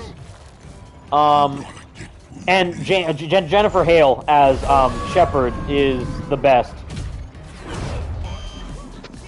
No, so your top 5 will be Spider-Man PS4, Persona 5 Royal, Bully, Mass Effect 2, and Hi-Fi Rush. Yes. I think that's a pretty good list. Yeah, I mean, that's a pretty damn good list if I ever see one. I love a lot of games. It's very hard for me to choose 5 of them, but those are the ones that I remember like having a huge impact on me personally. Yeah, like the games that actually have like a big impact in your life. Yes. Yeah, so for me, actually, like, since we are in the top 5 topic, my top 5 favorite games, 1 obviously is Spider-Man PS4, because that's the game that like literally put a perspective in, not just on the character Spider-Man, but like in the gaming industry in general. Number 2 will probably be Uncharted 4, actually, because Uncharted 4 is amazing. Yeah, like not 2? Okay, because I love 2 because I'm torn between Uncharted 2 or 4. I'm torn between those 2, really. Because they're both great games, really. But I think it's because that is a Uncharted great game. 4. No, yeah, but like Uncharted 4, I think it's because it's like that one is, in my opinion, like not only the perfect conclusion to the series, but like it just basically it's like everything that we love about Uncharted it's all in Uncharted 4, and I think that's like the reason why it's up there in my top 5. My number 3. Did you play the other games before 4?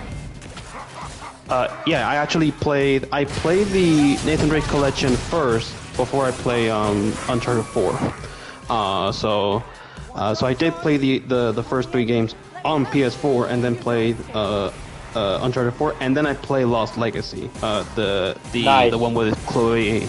Yeah, that one is really good. No, yeah, that one is really good. Number 3, I think I actually have this one since I played it. It was Assassin's Creed 2, the second Assassin's Creed.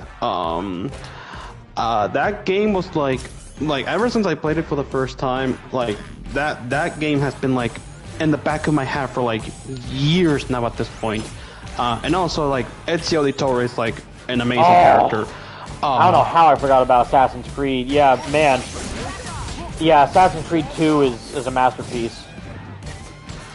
No, yeah, I mean all the Ezio games, like 2, Brotherhood and Revelations, are all great, but I think 2, like that one left an impact in me when I played it for the first time. Same. Yeah, and so number 4, I wanna say is.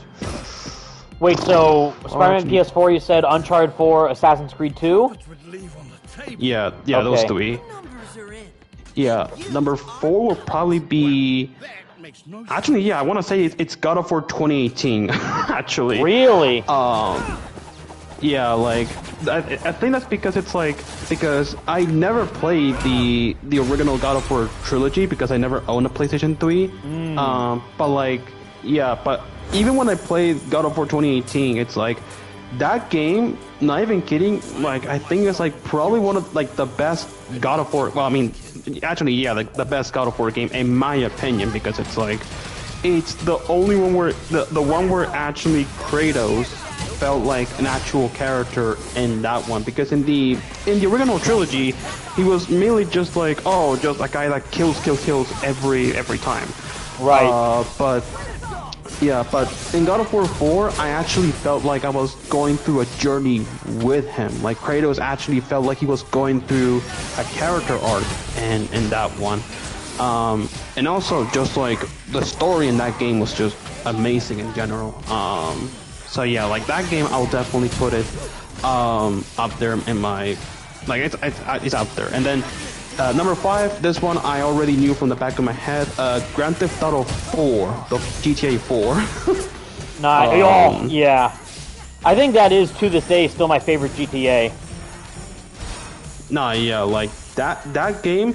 I remember it was one of the first games I had on the Xbox 360, and it was one of the first games that I completed the main story for.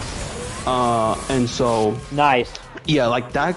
Yeah, that game legitimately was like, and still is to this day, like my favorite GTA game to play. Because I mean, yeah, GTA 5 is a good game and all that, and GTA 6 I'm sure is gonna be like, it's gonna sell really well and it's gonna be loved by many. But for me, GTA 4 will still be like the best GTA game that Rockstar has made, in my opinion, of course. And so yeah, so my top 5 would be Spider-Man PS4, Uncharted 4. Assassin's Creed 2, God of 2018, and Grand Theft Auto 4. Those are like my top 5. Nice. Good picks.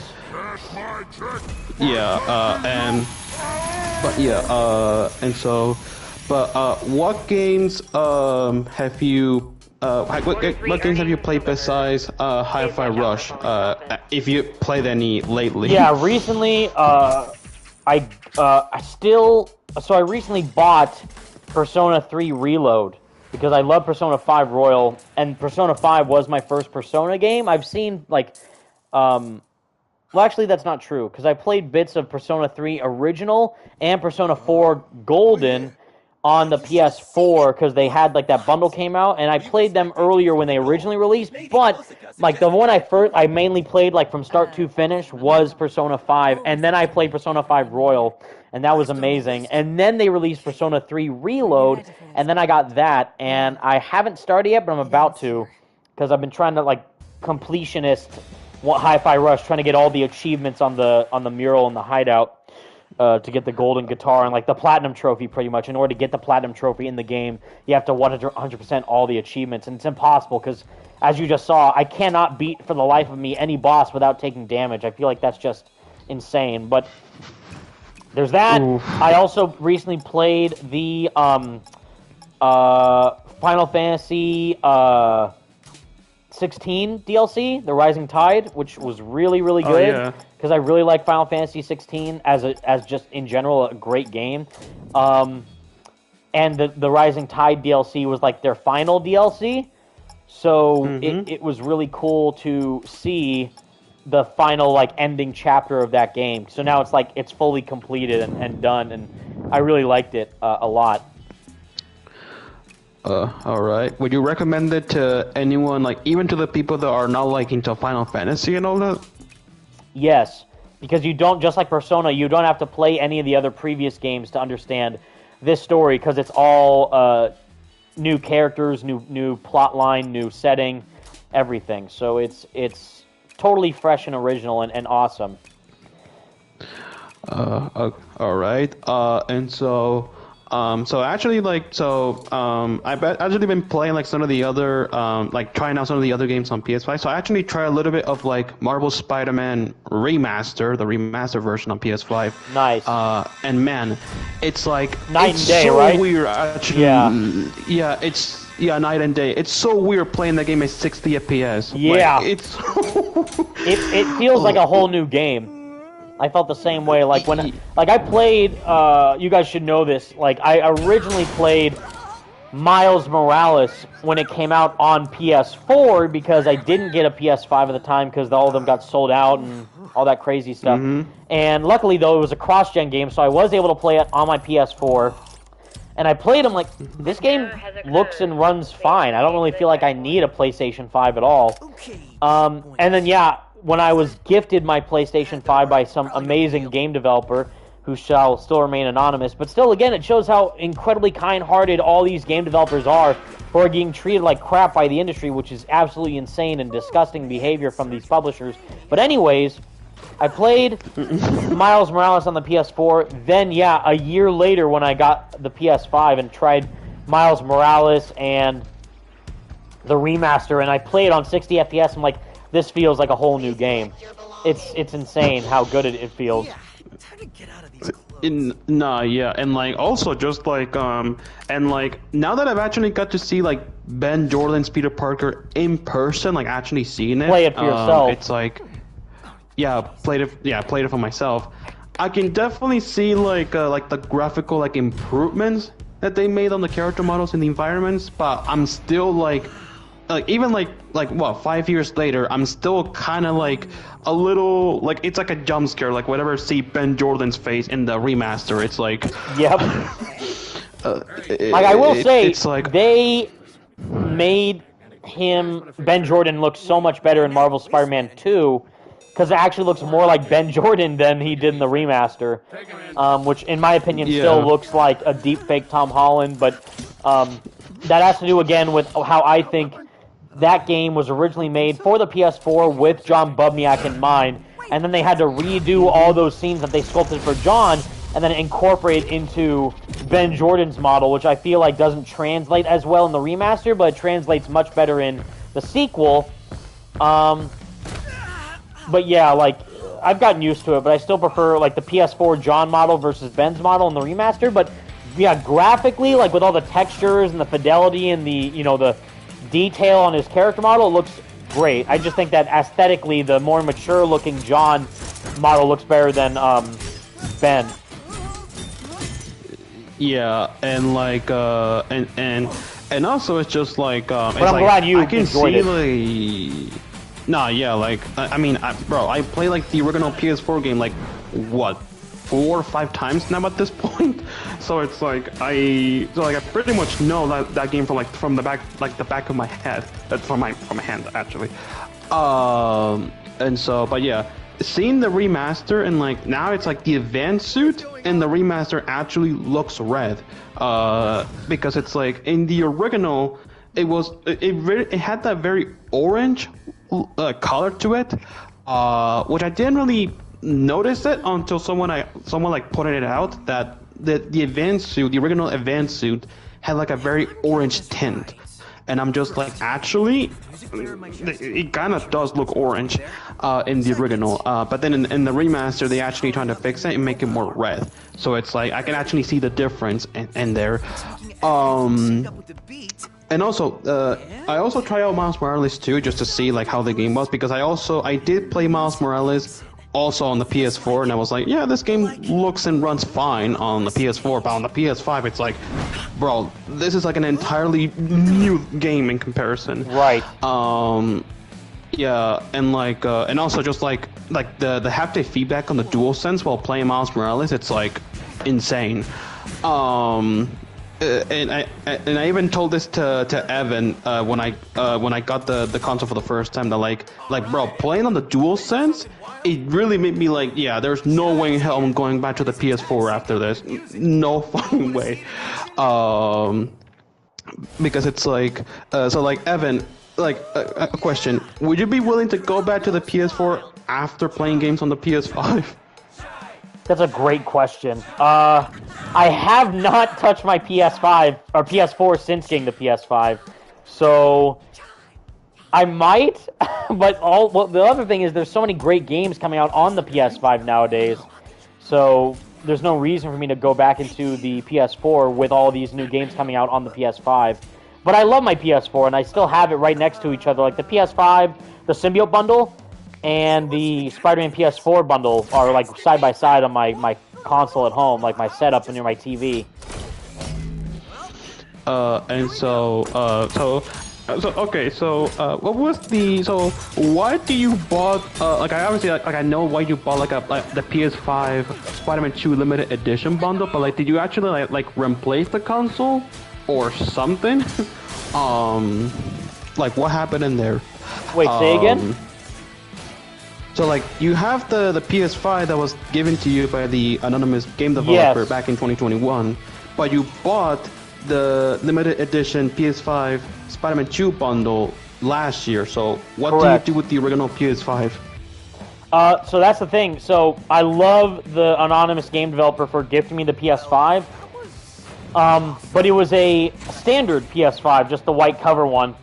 And then, of course, when they revealed the Symbiote bundle, I did try to originally buy just the faceplate separately, with the controller separately, but they sold out instantly online. So the only option was to either A, just buy the controller, or B, buy the entire bundle. And then, I also did the giveaway for the controller, another controller that I bought for the Spidey Squad to give away.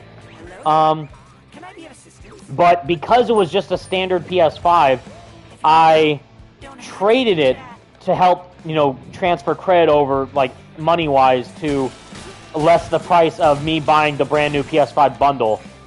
So I traded in the PS5 to lessen the amount of money I had to spend for the Marvel Spider-Man 2 PS5.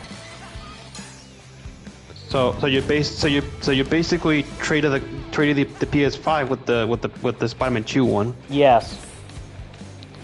But it's okay because I got the free one for free, and that was amazing and an incredible gift. And it was just a standard PS5. But this one, I feel like I actually earned and got myself, because I bought it with my own money and finally got out, the one that I wanted, because it was the bundle for Marvel Spider-Man 2, and it was the one that I mainly wanted to get the entire time, was, of course, the one pertaining to this game. That's the whole reason why I want a PlayStation 5 in the first place, is because of Marvel Spider-Man 2. So because of that, and since they had one available, I'm like, you know what? I love the PS5 that I have, but I feel more confident that I'm able to get the one that I wanted for myself. And I messaged the developer who gave it to me, and they said, that's awesome that you were able to do that, and they were very supportive. They're like, what, you got rid of it? Like, no, they were very kind-hearted about it. And, like, I'm glad, they were glad that I was able to get so much use out of the PS5 they gifted me, and I was able to get one for myself. No, yeah. Like shoutouts to the anonymous game developer for being awesome in general. Which, again, game developers are awesome. It just sucks when these bigwigs in these companies get in the way of their creativity. No, yeah, and so I'm assuming like since you traded the original PS5 with the Spider-Man 2 PS5 console, I'm assuming you pretty much like all you had to do was just like transfer all your save files and save data to the other one. I did, yes. So because that way, so then it's like you don't have to play all your games all over again and all. Right, I saved all my data, my progress, so we're all good. I'm all good with that. No, yeah, and so actually, even if you did not have the PS5 that was given to you by the anonymous game developer, would you still go out of your way to buy the Spider-Man 2 PS5 bundle console? Yes. So you would still buy it anyway, so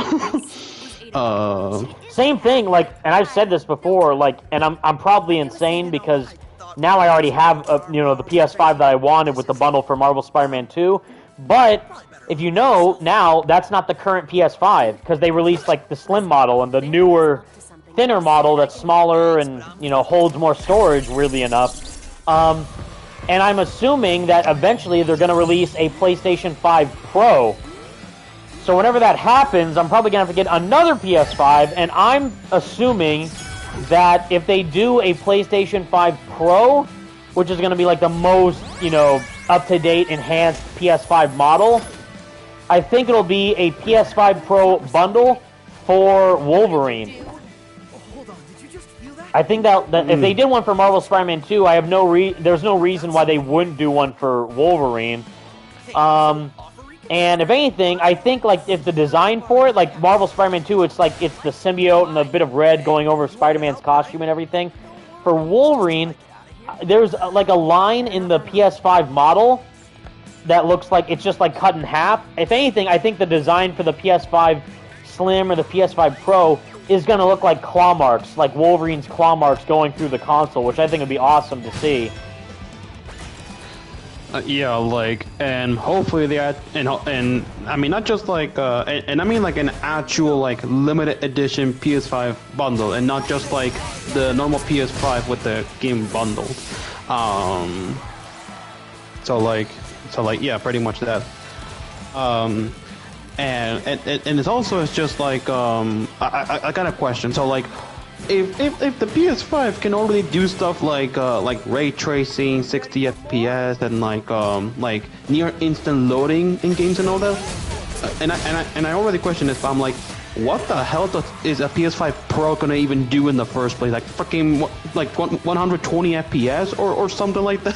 That's what I'm wondering too. Like, how are they gonna transfer all the technology that comes in with the PS5 and 4K, 8K, ray tracing, 60 FPS, 120 FPS if you have a big enough monitor or TV or whatever, and yeah, like apply that for the new console if they do a PS5 Pro. Because with the PS4 Pro, the benefit of that was it actually ran games in 4K.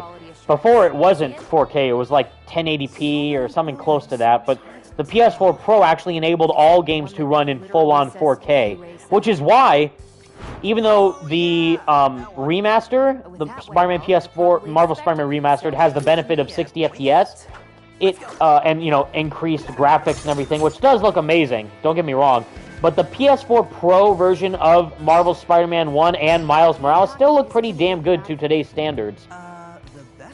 But yeah, there was a pretty noticeable jump from PS4 and then the PS4 Pro and then PS4 Pro to PS5 because of the 60 FPS. But now if the PS5 already can do 60 FPS and 4K and potentially 8K, then yeah, I don't know what the PS5 Pro is going to add on top of all that with a new console. Yeah, and apparently, according to like reports and rumors, that apparently the PS5 Pro will come out before Grand Theft Auto 6, GTA 6 comes out. I think there's rumors that it's going to be either announced this year or released later this year. I feel like announced this year and then maybe released later next year would make sense. Yeah, because isn't it what they also did with the PS4 Pro back in 2016, I think it was? Yeah, the PS4 Pro was announced in 2016 and then released in 2017. Yeah, because it's like I'm pretty sure they announced both the PS4 Slim and the PS4 Pro both at the same time. Right. And then they released the Slim first and then released the Pro later. Right. But because we already have the PS5 Slim now, I'm wondering if they're gonna announce the PS5 Pro this year.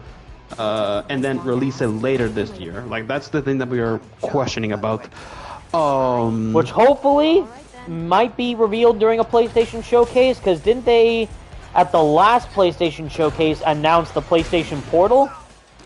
That was like the handheld. That one. Yeah, so, and that's weird, because usually you wouldn't expect, like, hardware, like consoles or handheld stuff to be announced at a showcase. So this year could be different. So yeah, we could get like a Wolverine gameplay or Spider-Man 2 DLC, and like, oh yeah, hey, here's PS5 Pro reveal, and then yeah, coming later, late 2024 or early 2025 or something. I could totally see that happening. No, yeah. Which, by the way, Evan, I know you're probably not gonna get it anyways, but like, what are your thoughts on the PlayStation Portal? I have not gotten it, yeah, because I'm first off mainly trying to save money, but also I mainly have been home a lot, so I haven't had a need to like go on the be on the go and play games. But okay. Here's the catch, Evan, is that you can't even take the PlayStation Portal outside of your home. You have to be like Stay close connected to the your PS5. Right. Yeah. So that's even weirder. It's not like the Switch. Yeah, so it's like some like mismatch of everything. It's like think of it like the Wii U, pretty much. Yeah. The PlayStation U. The PlayStation, and PSU. what's even worse was that what's even worse is that the PlayStation Portal, like the initial sign says as PSP, which, if you know, there's already a console that is also named PlayStation the PSP, Portable. which was the PlayStation. Yeah. And I owned a PSP, and yeah, it was the best. But yeah, that's why it's like even more confusing. Yeah, and also the other thing too is that the thing cost like I think it was like $200 or something like that, like something ridiculous like that, and it's like you can literally get a Nintendo Switch Lite on that same price, and you will get a much better product, in my opinion. Right. Yeah, because at least with the Switch, you can actually take it out and play games on the run. With the PlayStation Portal, you can't. That's so strange. So what's the point of it? Like, just play it on a smaller TV or screen? Yeah, I think that's pretty much like the whole point of the console. So yeah, basically just a waste of money, and just why? I find that super strange, but I guess I get if you want to own all the PlayStation accessories. Yeah, but even then, it's like even if you have it, it's like you're probably not going to use it too much, because it's like, what's the point? Right. And that way I'll just play on my TV instead, so, or monitor or whatever, wherever. But yeah, that's super strange. Yeah, Ben M says in the chat, are you going to play Indiana Jones? So like the Indiana Jones game that has been announced. I'd love to, because that it's going to feature Tony Todd as a villain or something. But I do not own an Xbox to play it on, because it will more than likely be releasing on the Xbox. I heard like there was a report saying that like it might come to PS5, but that's gonna be like way later down the road. Yeah. Like a Hi-Fi Rush situation. Like, oh, we'll first release it on the Xbox, and then fire that studio and all the developers who made the game because we're assholes, and then then put it on the PlayStation. Bro, I'm still in shock. Well, that's honestly with, what like, happened. It's just like, yeah, great game, award-winning title, praised by people who played it, sold pretty darn well for a new IP, and then shut down the entire studio as a result of that. Makes perfect sense.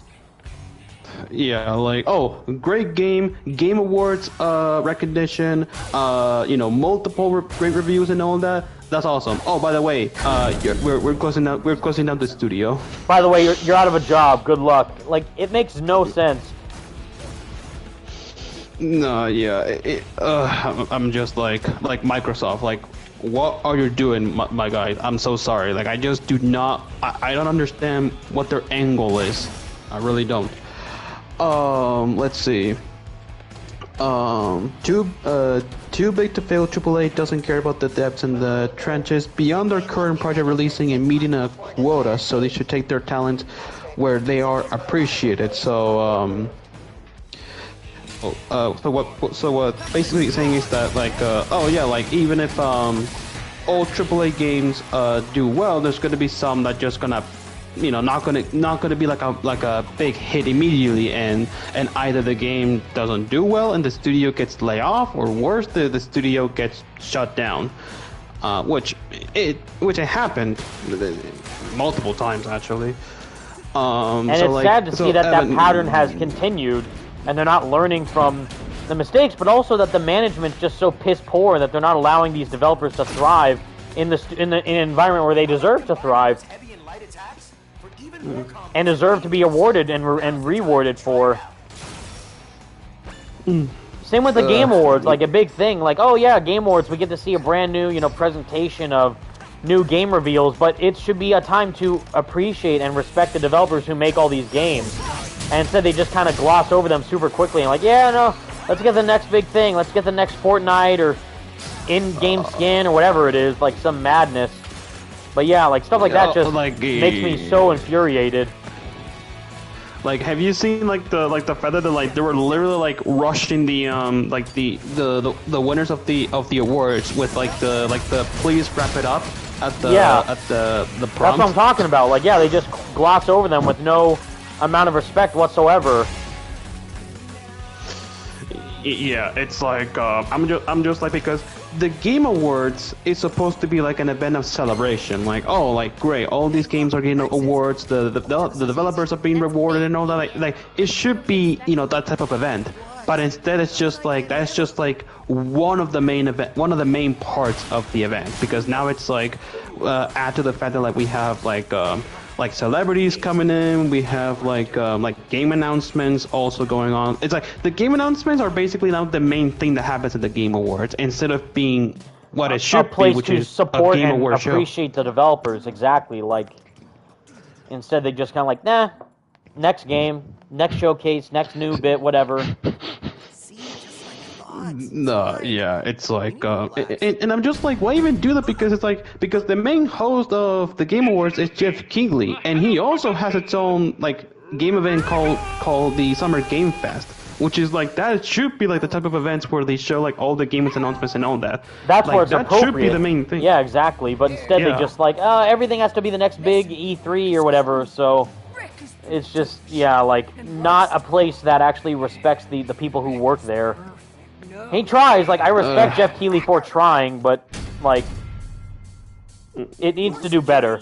And that goes for all studios and publishers, like, respecting their developers and hardworking teams.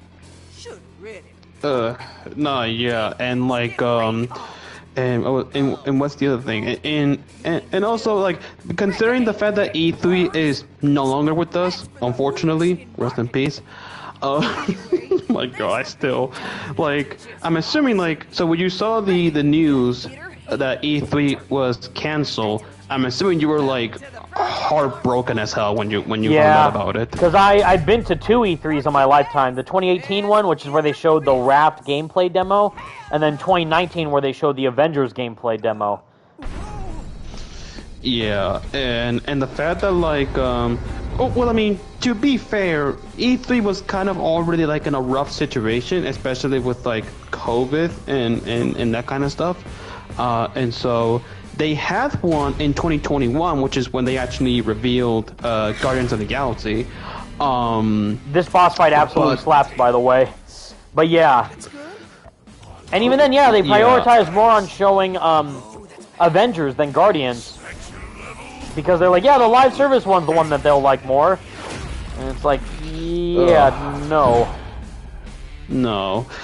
I still remember the quote that the president of Square Enix said when the game was like being released. I forgot what his name was, but like the quote was something like,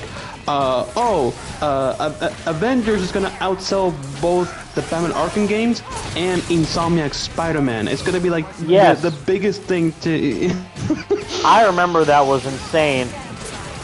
Oh my god, and I'm just like this guy just legitimately thinks that a live service Avengers game is gonna do better than all of the Arkham games combined and Marvel's Spider-Man on the PlayStation 4. It's like, bro, you have to be smoking some freaking, like, you have to be smoking really good if you really believe that a game that it hasn't even been out yet. He said that, I believe, like a year or months before the game was even out, and it's like that is like some big copium, my guy. Massive copium. And look at that. The game is now delisted on all digital platforms. I mean, yeah, you can still buy the game. You can still play it and buy it, yeah, but out of the expensive. Again, the whole live service pursuit just did not work out for them.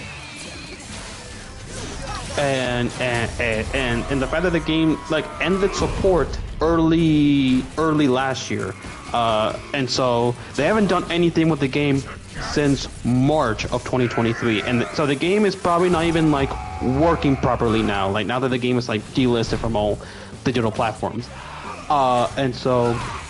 But Evan, so I'm assuming you still have Avengers on your account, and I'm assuming you still have it physically. Yeah, I still have the game physically, of course, but I deleted off of my PS5 and transferred onto like external storage. Would you be willing to go back to the game? Like in general, probably not. Yeah, no, and it's like, and also like the game is probably not even dead because it's like who the hell plays that game anymore? No one. Right. Yeah. So, but yeah, like that game really just like makes me really upset because it's like because the potential was there. Like there was a potential to make a good Avengers Yeah, and like game. again, I don't blame Crystal Dynamics who made the game because they did a pretty good job with what they were more than likely forced to do, but what they ended up doing, yeah, just was mainly from the perspective of Square Enix trying to make as much money as possible, and it just did not work out in their favor. No, yeah, and the fact that like this also affected other games as we saw with like Guardians of the Galaxy, which was a fantastic game in all the corners, and unfortunately because of the game not selling well, that we will most likely never get a sequel, which is gonna be really depressing as hell. Like imagine a sequel to Marvel's Guardians of the Galaxy, like, and how awesome would that be? But nope, we're never gonna get that probably. Nope. And especially with Eidos Montreal now being owned by Embracer Group, in which if you have paid attention to what Embracer Group has been doing lately, yikes. Really bad. And again, that all goes back to like, oh, they're just trying to chase the latest trends to get the most amount of income, to make the most amount of profit, to get the most amount of return on their investment on the developer. But if you force a developer to make a game that's not in their wheelhouse, not only is that not going to do any favors for the developer, but it's not going to do any favors for the consumers wanting to play a game that will entice them into the experience. Like again, if Insomniac made a live service, Spider-Man game in the near future, I would not prefer that because I would much rather prefer them to focus on their mainline single-player outings, because that's what fits best for their studio, and that's what they're known for, and that's what they're best at doing, and what they also like to do. They have no interest in doing any type of live service, inkling project. Because that's not part of their of what the company is known for. It goes against their entire philosophy and their whole player base. Let's see. I'm probably gonna do one more mission, guys, and then I'll probably call it off. Yeah, because we've been streaming for like almost 2 hours. What? Almost 2 hours. Yeah. So but yeah, so basically TLDR of the stream, publishers and Microsoft doing really dumb decisions, just to cut corners and to just basically even if the game's sold well enough, we're still gonna shut down the entire studio because we can. Just because they feel like it. Yeah, it's very sad to see stuff like that happen. Yeah, and also another TLDR of the stream, play Hi-Fi Rush. Amazing game. Absolutely play Hi-Fi Rush. 1,000% yes. Do you get the standard edition or do you get the deluxe edition? Yeah, I got the digital deluxe edition, and it's amazing because it comes with more skins, some upgrades, so like early upgrades you can get, and yeah, just outfits that you can get for Chai and the main characters. And how hard is the platinum trophy? Pretty darn hard. It's not really hard. More of it's just like a grind. And trying to get all the bosses, taking them out with the no damage, not taking any damage, is pretty challenging. But it's enticing. It's still super fun to do. Yeah, and so if you're someone who is really into like cell shaded, because that's the other thing, Hi-Fi Rush is a cell shaded game, which is something that we barely get nowadays. Yeah, it's super stylized and detailed, and yeah, like the whole iconography of what you expect from an older era video game like Beautiful Joe or Ultimate Spider-Man, you know. But now we get this for this, and it's incredible. Like it's literally like you're playing the art animation style of Spider-Verse in a video game. It's so good, even more so than Marvel Spider-Man or Marvel Spider-Man 2, where they have like the Spider-Verse frame differentiation in that, which is awesome. But they do that like all the time in this, and it feels and plays so smoothly, and it's super fun. It's like playing like an animation, but you're playing like an entire game based on it. Yes, the whole game is stylized from top to bottom, and it feels incredible. And how long did it took you to beat the game? I don't know if it was just because I was busy or like focusing on other stuff at the time, but I was playing it, but I wasn't playing it like from all day, you know, from day till night. But I played it like across the span of, I would say, a week. Like it took me a week to beat, but I played on the hardest difficulty, and it also is kind of challenging when you're still learning the mechanics and trying to get all the upgrades and find all the collectibles. Together. I would say like the main campaign, I would say it took me like 3 to 4 days, but then there's end game stuff too. There's like challenge modes and collectibles, and again the challenges. So there's a lot of replayability for this game, and it never feels old. Like, oh, I have to replay this level or whatever. Like, no, like every level you're like, oh, I can't wait to play this level again. No, yeah. And so, and would you actually do like a video essay on this game, like just like how you did with Persona 5 Royal? That's a good question. Maybe, I don't know, because there's a lot more layers to pick apart for, like, you know, the Venom essay or Persona 5, what I did. But Hi-Fi Rush, it's pretty simple and straightforward. Like, the characters are very easy to understand, and there's not really, I guess there are some deep messages about like overworking employees, which is hilarious because that's what we're talking about now, like how the industry treats employees and consumerism and corporatism and stuff like that, but not anything like deeper in terms of like, you know, what you would expect about like a Persona 5 Royal narrative or a Marvel Spider-Man 2 Venom narrative like that, you know. But it's still super fun to dive into the inner, you know, the coolness of the characters and like the layers of some of the story beats, how it can be related to other parts of real life, which is fun. Yeah. Oh, question from Blazing Flame. He says, "Hi Evan, I just came to the stream. Do you think we will get a Marvel fighting game? And do you think we'll get a new Avengers, Daredevil, Hulk, Thor, Captain America games by the near or foreseeable future?" Marvel fighting games? Yeah, a Marvel fighting game.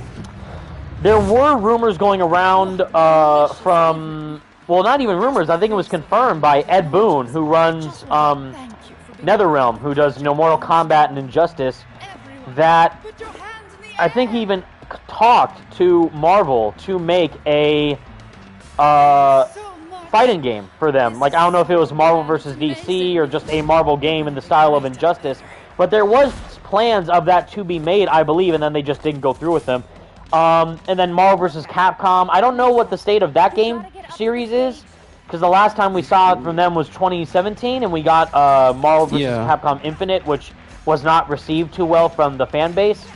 You all know me though, and Ghosty knows me, and Franco knows me. The main Marvel fighting game I want back, a sequel to or a remake, is our boy Marvel Nemesis. Please, I need either Marvel Nemesis 2, Marvel Nemesis Remaster, or another fighting game in the style of Marvel Nemesis, which, if you don't know, is the genre of that is called a arena fighter. So not like 2D side scroll fighter like Mortal Kombat, or even Soul Calibur is like 2.5D, which is really fun, and my roommate and I played it all the time. He would lose, of course, but we still played it a lot. But yeah, something like a full-on 3D arena fighter with Marvel characters would be super fun. I guess the closest thing we're getting to that is Marvel Rivals, which is a third-person shooter, arena shooter, like hero shooter. But the next thing we need is, yeah, a fighter in that same type of style would be great. Oh, actually, I actually wanted to like have an idea for like a Marvel fighting game. But like, in the case that we can't do Marvel Nemesis, then do one in the style of Soul Calibur. If Yes, please. I would love that. Another great game that a lot of people should play is Soul Calibur. Yeah, play Soul Calibur 6 because that's not only the latest one in the entry. It but is the latest also, like, one, and it's pretty cheap on the PS Store from last time I remember. Yeah, and so yeah, like if you want to like get into Soul Calibur, because your host Evan Filarca recommends you to play games, definitely play some Soul Calibur 6. If you're looking for more games, you will not be disappointed by Soul Calibur 6. I promise you. Yeah. Play more games. What's it called? The moral of the story, the moral of the stream. Play more games from awesome developers because they deserve your time and respect. Yeah. not slop that's forced upon the developers like Suicide Squad clearly is, or Avengers, or whatever, but games that are filled with heart and soul, like Hi-Fi Rush and Marvel Spider-Man, like those games deserve the most amount of praise in the world. Like that's why I've already gotten like all of them when they release, but I've now made like a dedication to myself, like a goal to whenever Insomniac releases their next game, I'm gonna buy the most expensive version of their game just to support them. So like, I got the 19 inches of Venom for Marvel Spider-Man, of course, because I love Spider-Man and I love Venom, but I like Wolverine. I'm not as big a Wolverine fan as I am Spider-Man. So I was originally planning to, if they release like a Wolverine statue, for example, of like him riding his bike or whatever, I probably was just gonna get the standard edition, and I didn't get the Avengers Collector's Edition because I was feeling off about not getting when Avengers came out, I was not in favor of getting the Collector's Edition of the game because I wasn't really feeling the game and it didn't really seem like something I was gonna vibe well with, and I was correct. And Guardians, though, they didn't have a collector's edition, which is stupid because they put all their money into Avengers. But they did release a deluxe edition, which came with like an art book and like some a steel book, yeah. But I didn't get that because I wasn't really feeling that game either. But then I played it, and it was like it is one of like my most favorite Marvel games of all time. So that's why I hope I can either rectify that mistake in the future by buying the Guardians of the Galaxy Steelbook separately, or again, whenever there's a brand new Marvel game or game by a developer I respect, I'm going to buy the most expensive version of their game just to support them. That's why whenever Hi-Fi Rush comes out with the physical edition of the game from Limited Run Games, I'm going to get the most expensive, because they'll do like a physical just box release standard edition, and then they probably will do a collector's edition for Hi-Fi Rush, and I'm going to get that full price day one, because not only do I love the game, but now I feel so sorry for Tango, who just got all laid off, so it's super upsetting. And will you do the same thing for any of the other Marvel games like 1943 or Iron Man or Black Panther? That's a good question. I might. If the game looks super great and, is definitely like everything I've heard from Iron Man so far does make me want to get a collector's edition for it. But then, see, on the flip side is the Invincible game, which we know is being made, and they're like, in that press release, they said, oh, we're going to have multiple editions for the game. We're going to have a physical release, digital release, collector's edition, premium model stuff. That game, I don't think so, because everything we've heard about so far rubs me the wrong way. But for massive red flag. But for Marvel, for like Iron Man or Black Panther or 1943, I probably will get the collector's edition for those, because those are all, first off, single player games. Like for Midnight Suns, great example. Midnight Suns, they did not have a collector's edition, but they did have a legendary edition for that game, which was like I don't think it was a steelbook, but it was like a interesting cover case and skins, like premium skins for like Spider-Man and other characters and stuff, and a different cover art it came with the season pass. And the season pass. That's right. So I did buy the legendary edition for Midnight Suns after my misstep with Guardians, because I didn't buy the deluxe edition for Guardians because I was like, Avengers was weird. I don't know if Guardians is going to be good, but I will buy it. And then I bought it. I'm like, I really feel bad now not getting the deluxe edition. So I rectified that by getting the legendary edition for Midnight Suns. So now, yeah, when Wolverine comes out, I probably will get the collector's edition, even though I'm not a massive Wolverine fan. Like, I love the X-Men, don't get me wrong, but I'm not, like, compared to Spider-Man, it's like night and day. So, and Venom especially, you know, come on. So when Wolverine comes out, for sure I'm gonna get the collector's edition, and I'm sure it'll probably be him on like a bike or something, which would be pretty darn cool.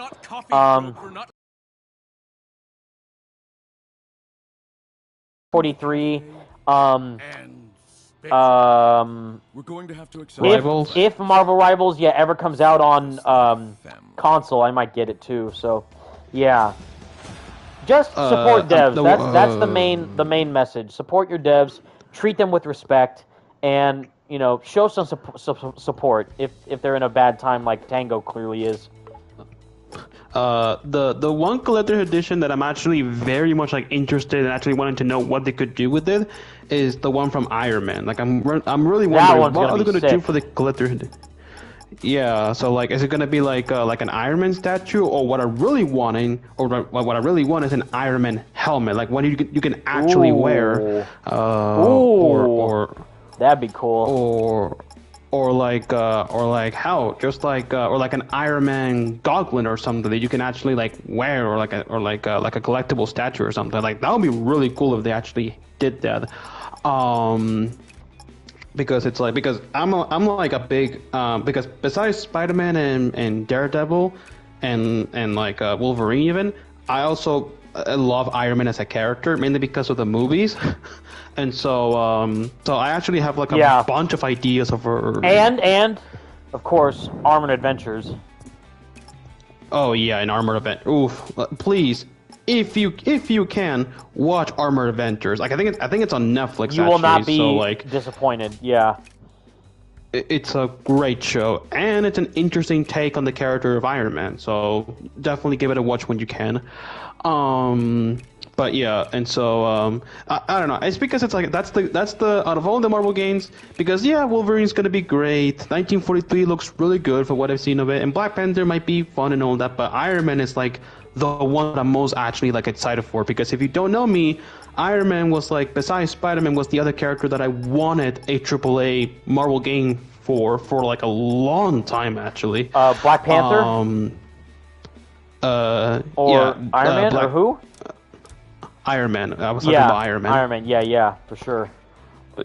Yeah, and also because it's like because I don't know because if you remember like the very old days of like when Spider-Man PS4 was announced back in 2016, and everyone was like speculating like, oh, does that mean that PlayStation is going to be making PlayStation exclusive game for other characters?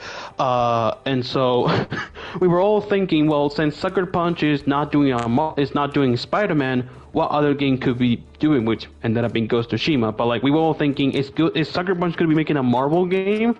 And we all thinking like, oh, the easy example was Iron Man. Like, Exactly. Like and we're getting that. Yeah, and, we all. Black Panther, Blade now. All these games, like it's crazy to see how dedicated Marvel is with their craft, and again, on the bright side for Marvel is that they're going out of their way to partner with all these talented devs. So like, hey, you want to make a Blade game, or what game do you want to make from our characters? Because they're not like, oh, Motive, you go do a Iron Man game, Cliffhanger, you do a Black Panther game. They go to these teams. Skydance, you make a 1943 Iron Man, Black Panther, Captain America game. They ask them like, hey, we're Marvel, would you want to make a game with us? They say yes, and they choose what they want, and that leads to great partnerships and great things. No, yeah, like that's the thing that I actually really love about Marvel games, like approach the game developers. Like they actually like, okay, do you want to make a game with us? And the developer says yes. And so, what character are you like the most passionate about, or a game that you feel like has the most potential to be in a game? And they say we want this character. And so, like that's the thing that I really like about their approach. And yeah, and so. And I'm really excited to see how those games are gonna turn out. Like obviously, like everyone is excited for Wolverine and Spider-Man 3, but there's also a lot of people who are really excited for these other games, like 1943, Iron Man, Black Panther, even Marvel's Rivals, which even though it's not really my type of game. But I understand and I can see why some people could be excited for that game, because it's like, oh, they like that genre of games. And different strokes for different folks. And it's a saying that stands the test of time. Variety is the spice of life, and that's true.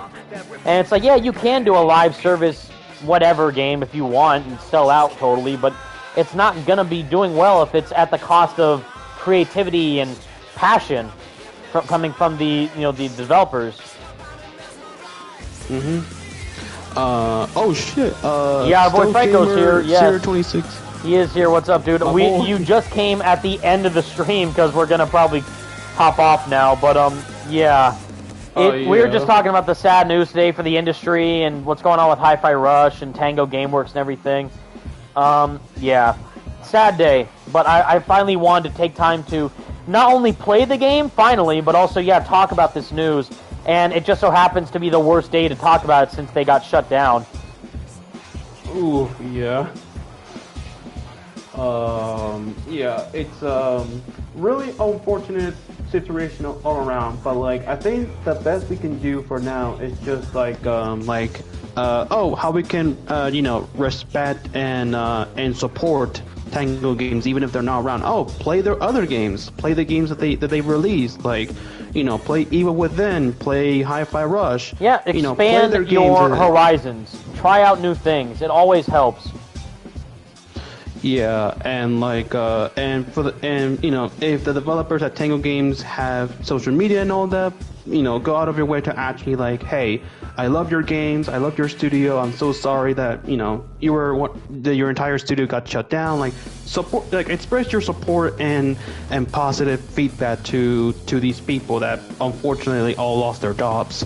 And totally unceremoniously and unfairly. And it's just absolutely abysmal to see it happen within the industry, which we did a whole spiel about in the beginning of the stream. But I just wanted to take time to talk about how awful it is nowadays and how people should be more considering towards developers and what goes into making these games.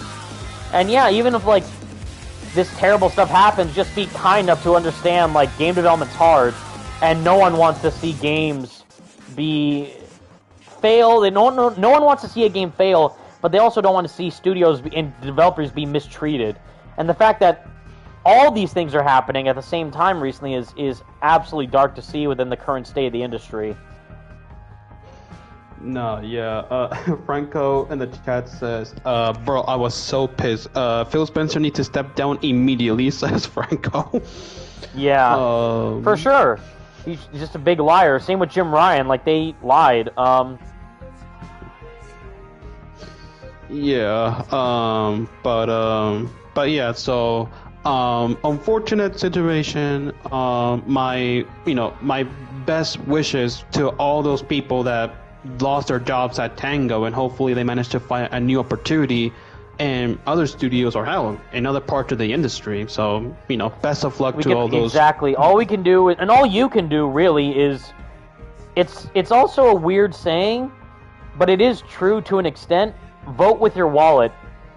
Play games that you want to play, that you actually care about and will spend money on, and don't support the games that you clearly don't want. Like, I still, personally, have not bought Suicide Squad Kill the Justice League. The only way I will ever play that game is if someone buys it for me, or if somehow Warner Bros. Gives me a free code. And considering how much I've shaded on them these past few months, that's probably not going to happen. But if someone out there is kind enough to buy me the game, I will gladly play it and stream it and say, yeah, this is ass. But anyways...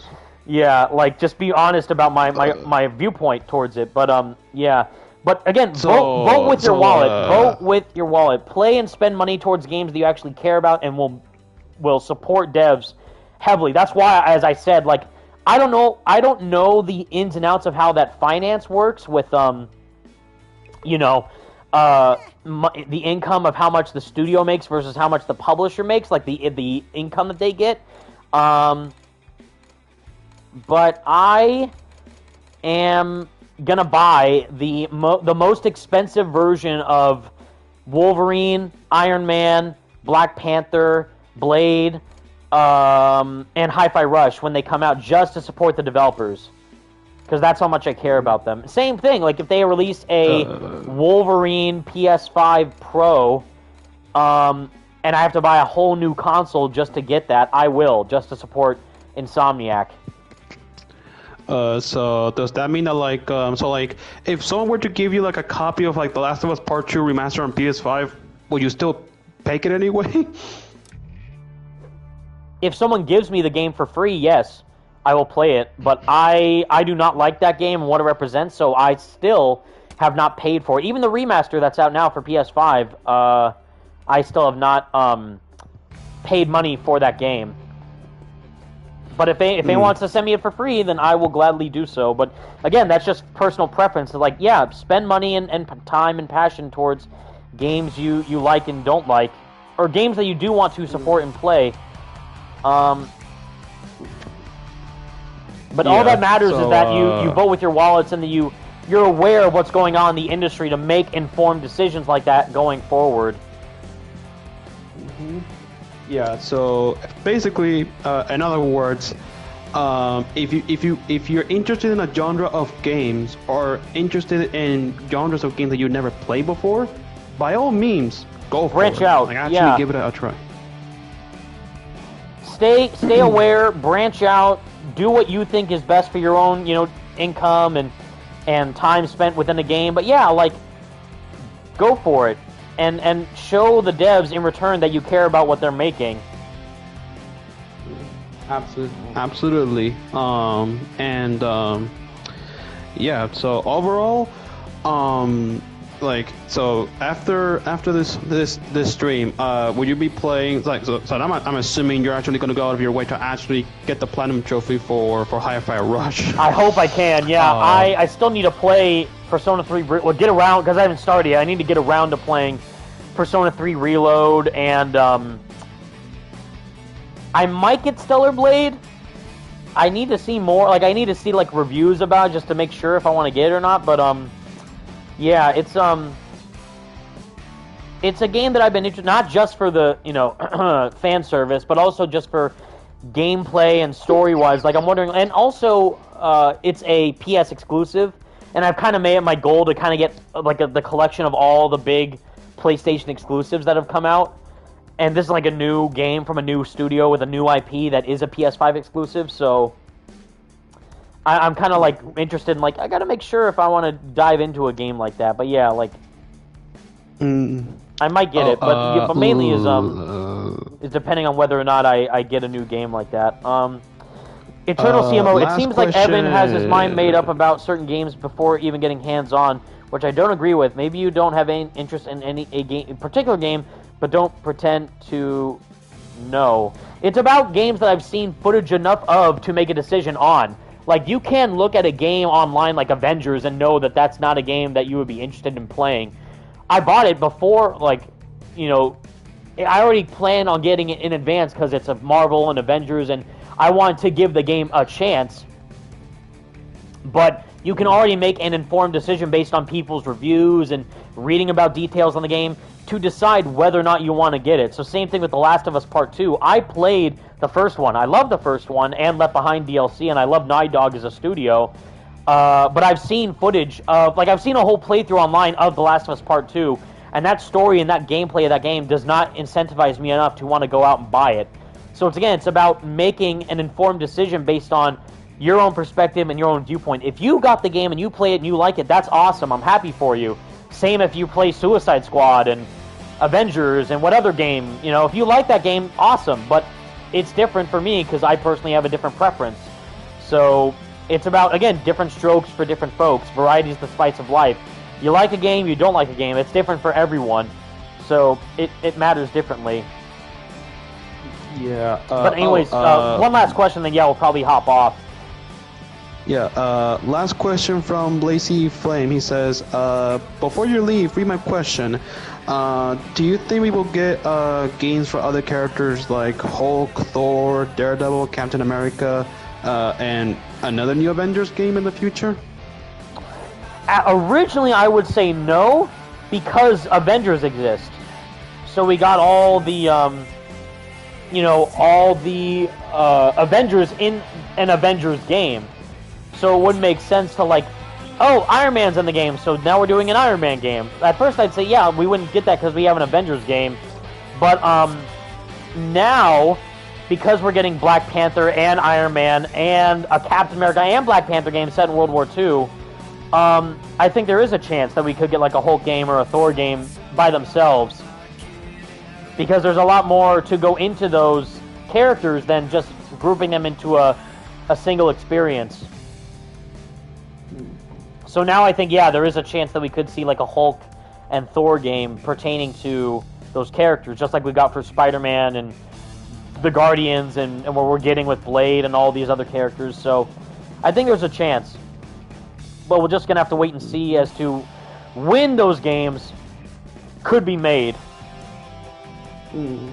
Yeah.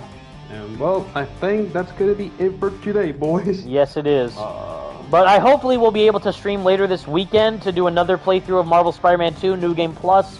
And hopefully, again, I really fingers crossed that I can do a video, because I've been off for YouTube for literally almost a month at this point. But I've been able to, live stream on the channel, and I'm still tweeting and stuff. So at least there's that. But yeah, I'm hoping I can do like a full-length video soon. Just fingers crossed. So hopefully I'm able to, take a break from all the job searching stuff and LinkedIn and all that, and actually, make a video about either gaming news or something like that soon. But hopefully you guys will enjoy it when that time comes. Yep. But fingers crossed, everyone. But until that time comes, everybody, again, thank you all so much for watching. Leave a like on the video, subscribe to the channel if you do enjoy. Stay tuned for more videos down the line, hopefully more streams. But yes, until next time, everyone, thank you all so much for watching. Stay awesome, everybody. Until then, peace out. Bye, everyone.